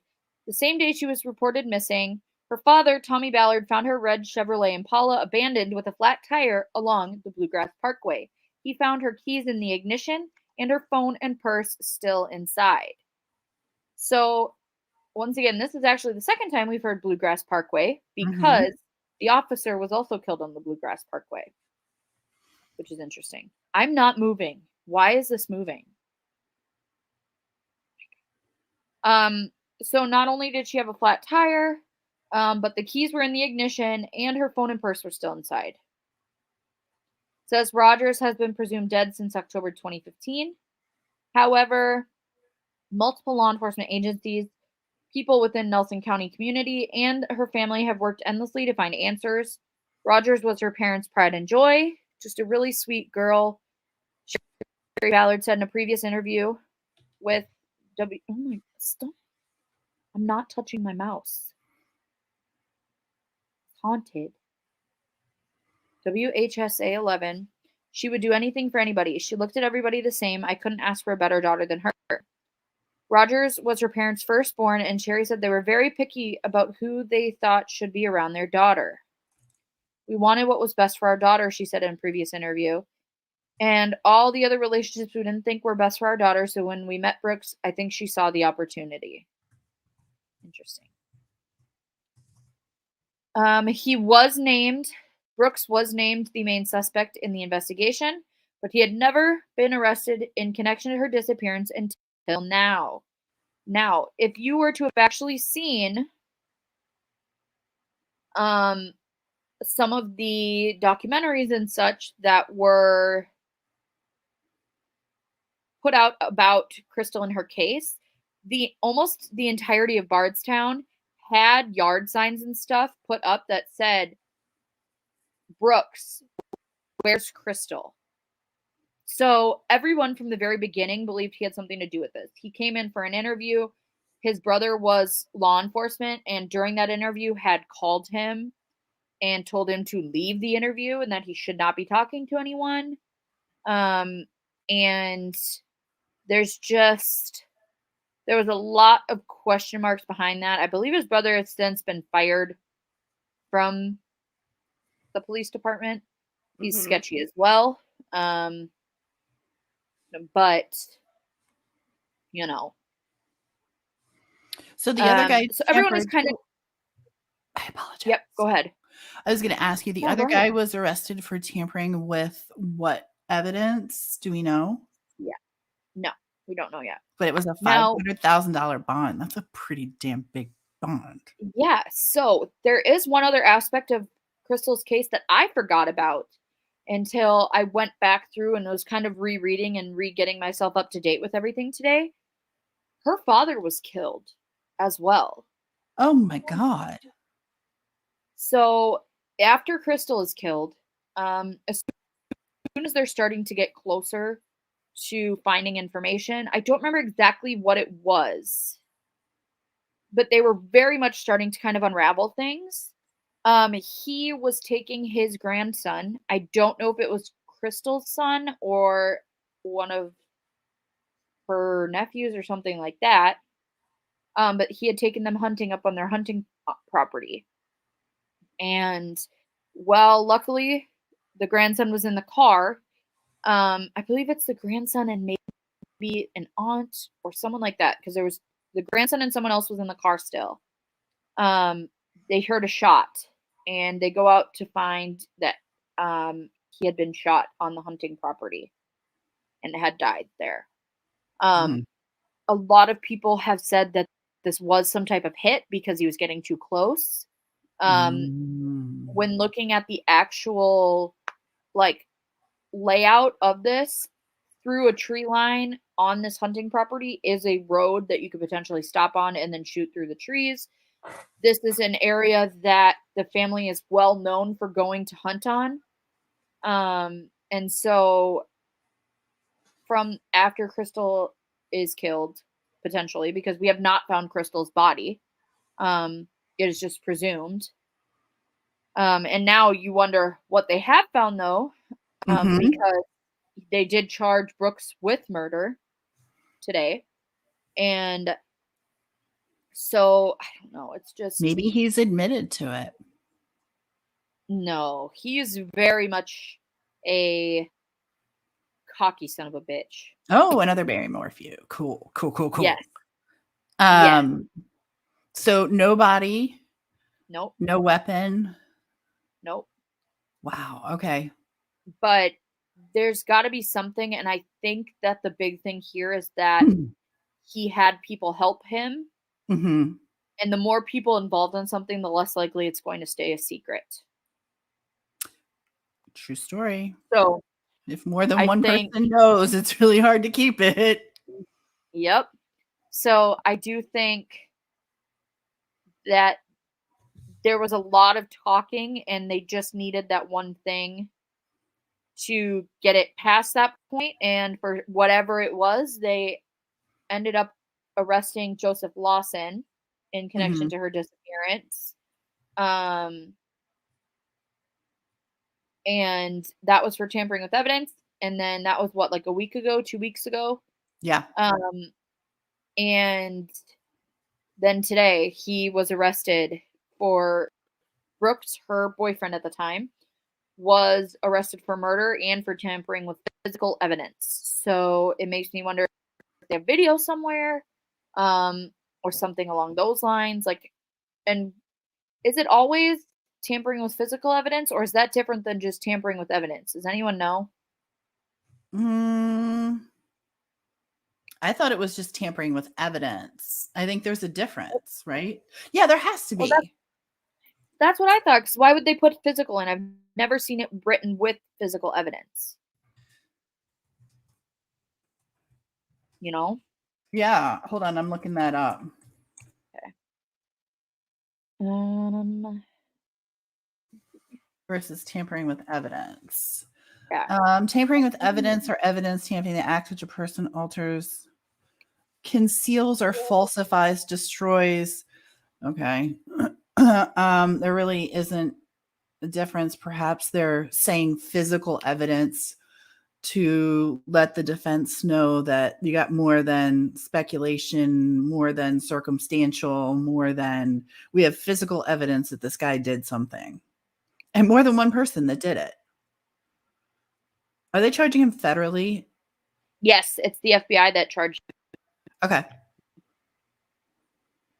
Tampering with physical evidence if knowing or having reason to believe an official proceeding has begun or known that an official proceeding is likely to be instituted. So they said tangible object. Okay. Destroy, so this, mutilate, conceal, cover physical up. Evidence. Physical evidence is referring to the fact that, so I believe it was said that this is potentially a grand jury indictment on murder on Brooks' house. I had heard the rumblings of that. I don't know for sure. But that would make sense if he heard there was a grand jury hearing, like he heard the rumblings of it. That would be what the physical evidence is, because it says here, is tampering with physical evidence if knowing or having reason to believe an official proceeding has begun. And then that person alters, destroys, mutilates, conceals, or removes a record, document, or other object with the intent. So that would be what the difference is between physical and otherwise. Interesting. I've not seen that put out as physical before. I've just seen it as tampering with evidence. So that's very specific in charges. Because I was watching something today. Remember that case? The guy, they were in Florida. The guy married a stepdaughter. But whatever. But she ended up being charged with, second degree, but also the tampering with evidence. because she attempted to clean up the crime, like, she had the towels attempting to do the wash and stuff, and that's exactly like her cleaning up is what they specifically call as the tampering with evidence, which would also lead to impeding an investigation. Yeah. So what exactly is it, like something, I wonder if it's something like crime scene related, or if it's something digital, like trying to get rid of. Well, physical evidence. So I'm guessing that it's a tangible object. Yeah. Not electric. That's what it says though on that thing, like physical, when it says tampering with physical evidence, it's different because it's when you tamper with the physical evidence because you know something's coming. Okay, like, so that's the thing right. said. Okay, Yeah. Gotcha. So it says Brooks Houck, the primary suspect in the disappearance of Crystal Rogers, was arrested Wednesday after being charged with complicity to murder and tampering with physical evidence, according to an indictment in Nelson County Circuit Court. Now, I did try to find this affidavit, but as of right now, I could not. Have to contact their clerk of courts there to be able to get it. It's not available online as of yet.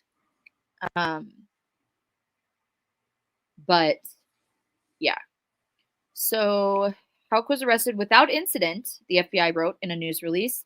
He was indicted by a grand jury September 20th, and the indictment was unsealed Wednesday morning with certain portions redacted.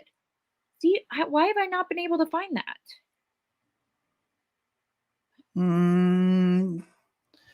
I was looking all day today for it. Just before 11 a.m., Houck was escorted into the Nelson County Jail in handcuffs. His bond was set at $10 million, and his arraignment was set for 1 p.m. on October 5th. They pissed somebody off. Well, and I saw it said $10 million cash. It doesn't say or bond either on the actual filing. Does his family have money? I don't know. I have no idea.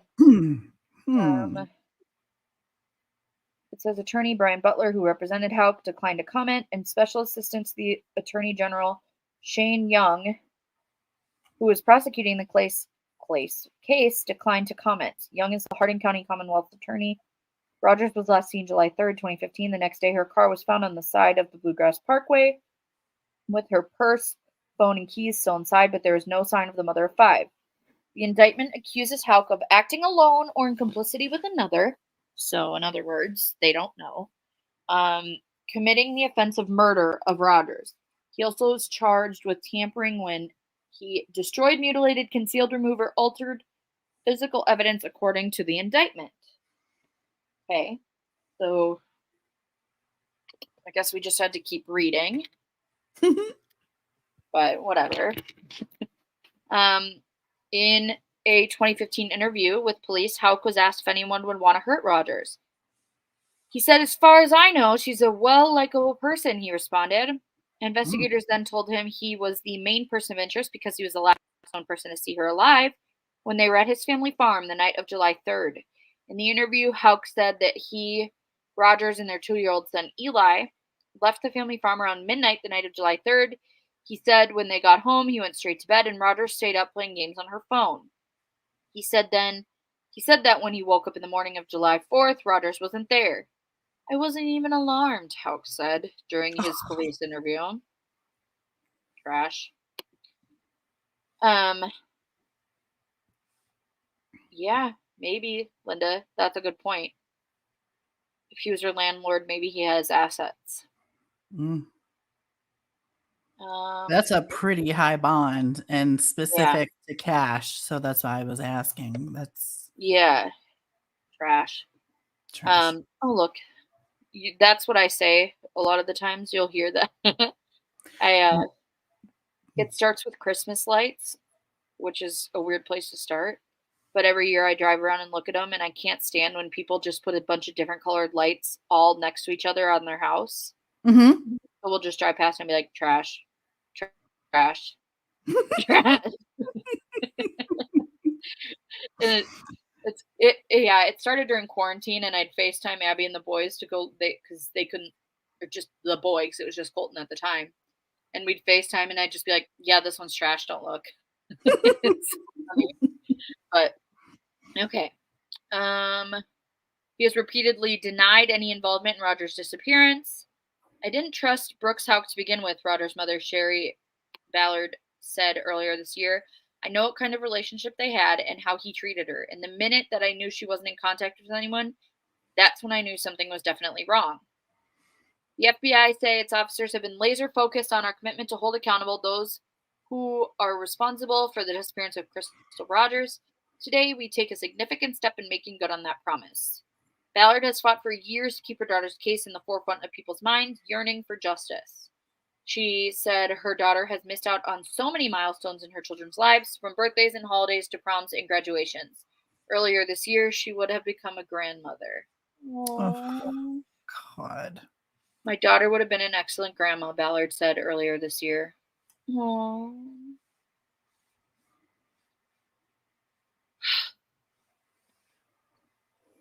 After 8 years of investigation, one other thing. Brooks did go to a 4th of July party the day after she went missing, by the way. Because that's what you do. Yeah. That's what you do. We always celebrate when our girlfriend or I don't understand these people. I really don't. Yeah. How Hey, they go Richie. on, act as if life is normal. Yeah, right? Party, 4th of July. Can't find my girlfriend, but hey, it's the 4th.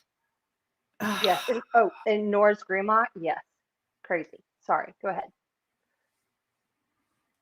I'm paying attention. Linda, you can just come with me instead. I'll just pick you up and we can go look at lakes. Okay. After 8 years of investigation, Houck is the second person arrested this month in Rogers' disappearance. Nelson County resident Joseph L. Lawson pleaded not guilty to conspiracy to commit murder in Rogers' case. What? He was not charged with conspiracy to commit murder. Was he? I'll tell you one sec. I just had that up. He The had a bunch Lawson of charges. indictment, which does not mention Rogers by name, says the crime was committed in Nelson County on July 3rd and or July 4th, 2015, when Lawson agreed to aid one or more persons in the planning or commission of a crime or an attempt or solicitation to commit the crime when he and or a co-conspirator intentionally caused the death of another. Damn. Okay. Shit. All right. Okay. Maximum sentence for this conspiracy charge is 10 to 20 years. In addition, the indictment charges Lawson with complicity to tampering with physical evidence when he destroyed, mutilated, concealed, removed, or altered physical evidence. The maximum penalty for that charge is 1 to 5 years. The attorney who represents Lawson has declined to discuss specifics of the case. Court files show a Kentucky State Police detective and an FBI agent as complaining witnesses in Lawson's case. Lawson is scheduled back in court on October 26th. Okay. During his arraignment, Lawson was asked by the judge if he understood the murder conspiracy charge and replied, kind of, but yes, sir. Oh. According to a video of the proceedings, I know, right? Young told the judge it was a very complex case. And there was a lot of evidence to be turned over, right? Ooh. Oh.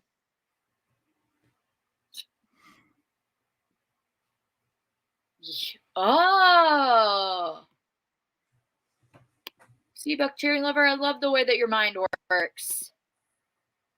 I bet he ratted on the boyfriend. You're probably right. Yeah. I didn't even think of that. I didn't either. Good call. If he was freaking arrested and then 2 weeks later they are able, or not, or he just was able to uncover things that they potentially hid as well. Like, if he's like, hey, me and Brooks did this and he had me cover this up and I'm going to get a plea deal if you tell me where this, or that is, and they tell him now they have evidence against Brooks and they're able to do it. Damn, Buck Cherry Lover. And that makes a lot more sense to me because that was only 5 days ago. So that makes, yeah, well done. Well done. Well done, crime fighters. Yep. Oh, man. Yes. They have to be different colored lights, though, Richie. Not just lights in general. And they have to be next to each other. But it's worse if, like, you have, like, multi-lights, and then, like, you don't have enough to finish a tree, so then you just put, like, red lights. That's what drives me nuts. You just don't That's do the that. type of stuff that drives me nuts. Hey, guess what? Wait, what's our deal with streaming other, like, live things right now? Say if it was court TV. Why? What's going on? Because they're Crystal Rogers' ex-boyfriend arrested in her murder, and it's a premiere. Oh wait, it's only a premiere. It's airing right now. Just FYI. I can just throw that in the. I'll throw that in the description after we're done. Throw that in that link because I didn't know. Sorry, I was looking for that No, you're other good. case. I'm so sorry. I just noticed that though. All right, so then let's just finish up this article. I'm messing everything up tonight. No, you guys are not. Oh, don't throw me into her mess. No, I called the "no, you guys," and I was like, "Tia's going." Oh no! I was like in my head, I was really like, "She's going." I'm kidding. I'm just kidding. Oh man. Okay. You followed Buck Cherry. See, Buck Cherry Lover. Well, you've okay. What was the other one, Buck Cherry Lover, that we were right, Heather Bratt? LFT's trying to get me struck since T wouldn't strike me when I played hers. Buck Cherry Lover, what was the other one that you brought up to me the other day?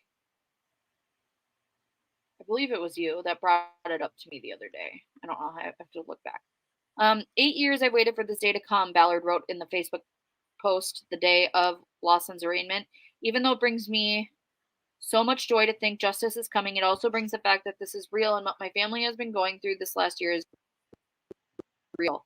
I honestly think I've felt every emotion that God has given us. Over the years, the Houck family farm, the homes of Brooks Houck and his brother Nick have been searched multiple times, along with a storage unit belonging to Rogers. In 2021, the driveway of a home built by Houck was ripped up by the FBI, and most recently in 2022, the FBI was back at the Houck farm for a 5-day search. Evidence collected during the search was sent to the agency's lab in Quantico, Virginia. The FBI is still investigating the death of Rogers' father, Tommy Ballard, who was shot and killed in 2016 while hunting on his own property with his young grandson more than a year after Rogers went missing. While police initially called his death a hunting accident, Ballard has said from the beginning that this was no accident. She believes her husband was murdered, and the FBI now calls his death a homicide. So we're going in the right direction. There's a murderer out there walking around that murdered my husband, she said. I want people to know he's still out there, and I'm still pushing for justice. In a statement on the Team Crystal Facebook page Wednesday, Rogers' family thanks police for their work in a continuing pursuit of justice in the case. This morning, the Ballard family received the word that Brooks Houck was arrested for an indictment warrant after being indicted by Nelson County grand jury. Brooks Houck was named the #1 suspect in Crystal's case in 2015. We want to thank the FBI, Kentucky State Police, Nelson County Sheriff's Office, Attorney General's Office, Commonwealth Attorney Shane Young, and staff, as well as the juries. At this time, we ask for privacy, as this is another step forward for justice for Crystal. Continue to pray that justice is served and we bring Crystal home. We will not be conducting any interviews at this time. We ask any questions or comments be referred to the FBI. So I think that's a pretty good roundup of that, and the fact that this is an 8-year-old case, that it did. If pretty much any true crime show has covered Crystal's case. And let's just see. Here's Brooks. Thank gosh there's a definition between his neck and his head.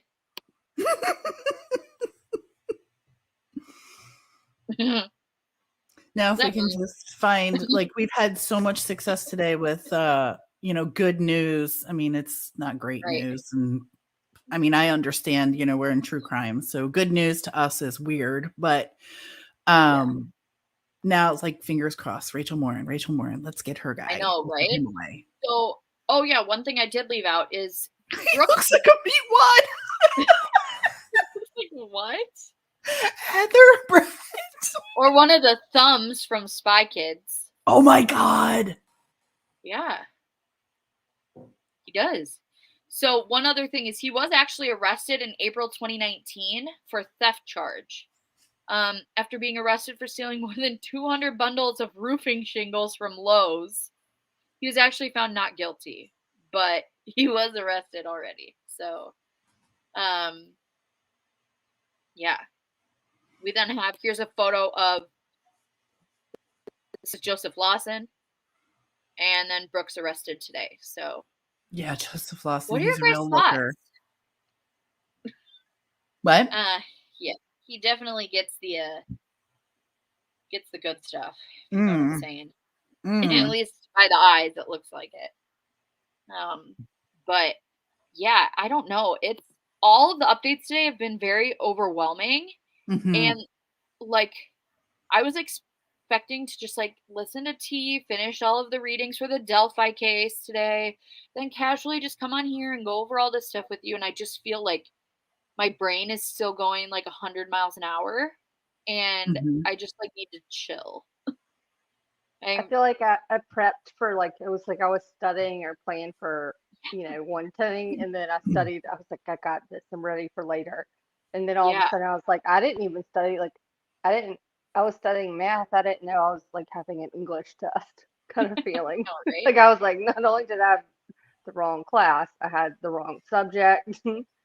Right. I know. Well, and this was not even my original live for tonight. So that makes things even crazier. Is I was going to do Maddie's case tonight, but I moved that to Friday. That's what so I was Friday I studying will be for. live. I'm really looking forward to hearing you talk That's about what I was Maddie's studying case. for.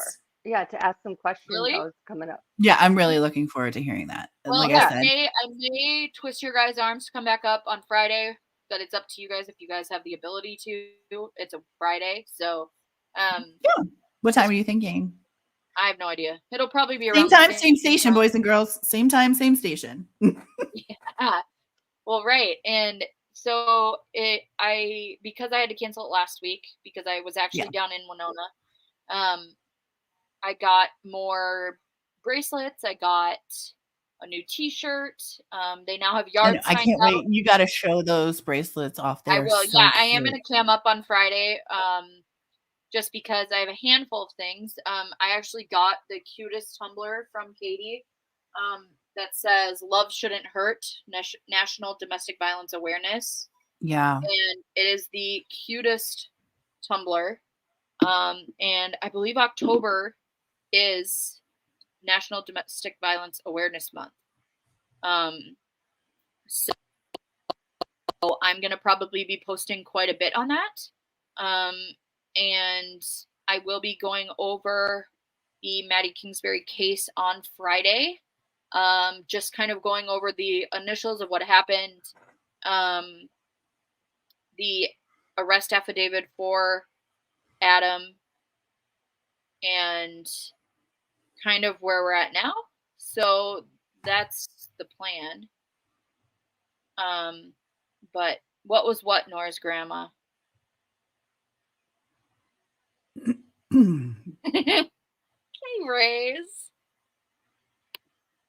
K-Rays said, I know they have turtlenecks, but do they make no neck shirt?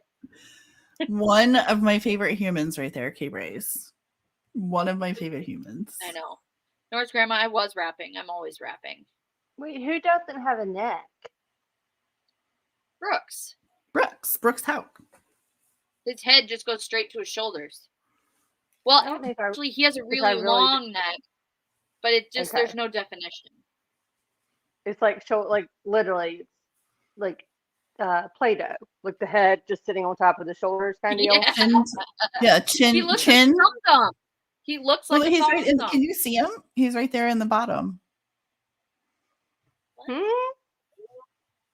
The bottom of what? Just your screen that she's sharing. No, he's not. Isn't that him right there? I'm not sharing anything. I don't know where you are, but you know what? I only see the three of us that take offense because I'm on the bottom. Okay, I'm sorry. I was in the YouTube side of things. I just was like, look on the bottom. I was like, I am on the bottom, you It's ace. at the bottom of our screen, the no neck. Oh wait, Oh that's no, LFT. I was in the I'm a little bit behind on YouTube. I apologize. I was in Oh my God. Oh Lord have mercy. I'm sorry, you guys. I'm gonna go take more cold medicine I know, and right? The You only did one great I for see on the not playing. bottom is, look at Heather Brat's going, the only one I see on the bottom is LFT. I have a neck. Swear to Grace. I'm Well, now That all one we on have the to do bottom. is Photoshop your face on a thumb and we'll Oh, be good good. Lord. Oh my God, You it's know No, coming I up was my ass. totally looking at I know, right? I've been man. so busted. I've been Before so we all busted. get in trouble, Talk about I'm throwing gonna someone end under a bus. Tia's like, don't throw me into that. No neck.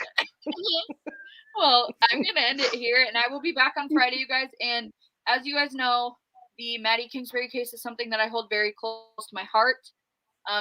I am very close with her best friend, Katie. I have met and spoken with her family multiple times, and it's a case that is very, like I said, close to my heart, and something that I'm hoping that you guys can all be there to support Maddie in her case. Like I said, it'll just be Friday night. I'm not sure. It'll probably be 7. It's usually, it won't be earlier than 7, I can tell you that. But please come back and listen to that. And then please, if also go subscribe to the Decipher podcast with TNLFT. Also Criminality with Teresa. And thank you guys so much for coming up. And I'm sorry, Thank you LFT, for that having us again. your head goes into your neck. That's something you can't control, and we shouldn't be making fun of you for. I know, it's really not. And oh Lord have mercy. Oh. And I just, as I then say my It's outro, no like, neck- please everyone be kind to each No neck other. awareness month. No neck awareness month. Thank you. I appreciate I'm gonna it. wring your neck. See, Be kind. Thank But y'all be so kind, much. guys. for having us over. Yes, thank you. And I will see you guys on Friday. Have a great rest of your night, guys. You guys stay here. I'm just going to end it. So, Okay. okay. Bye, everyone. I'm not going anywhere. Bye.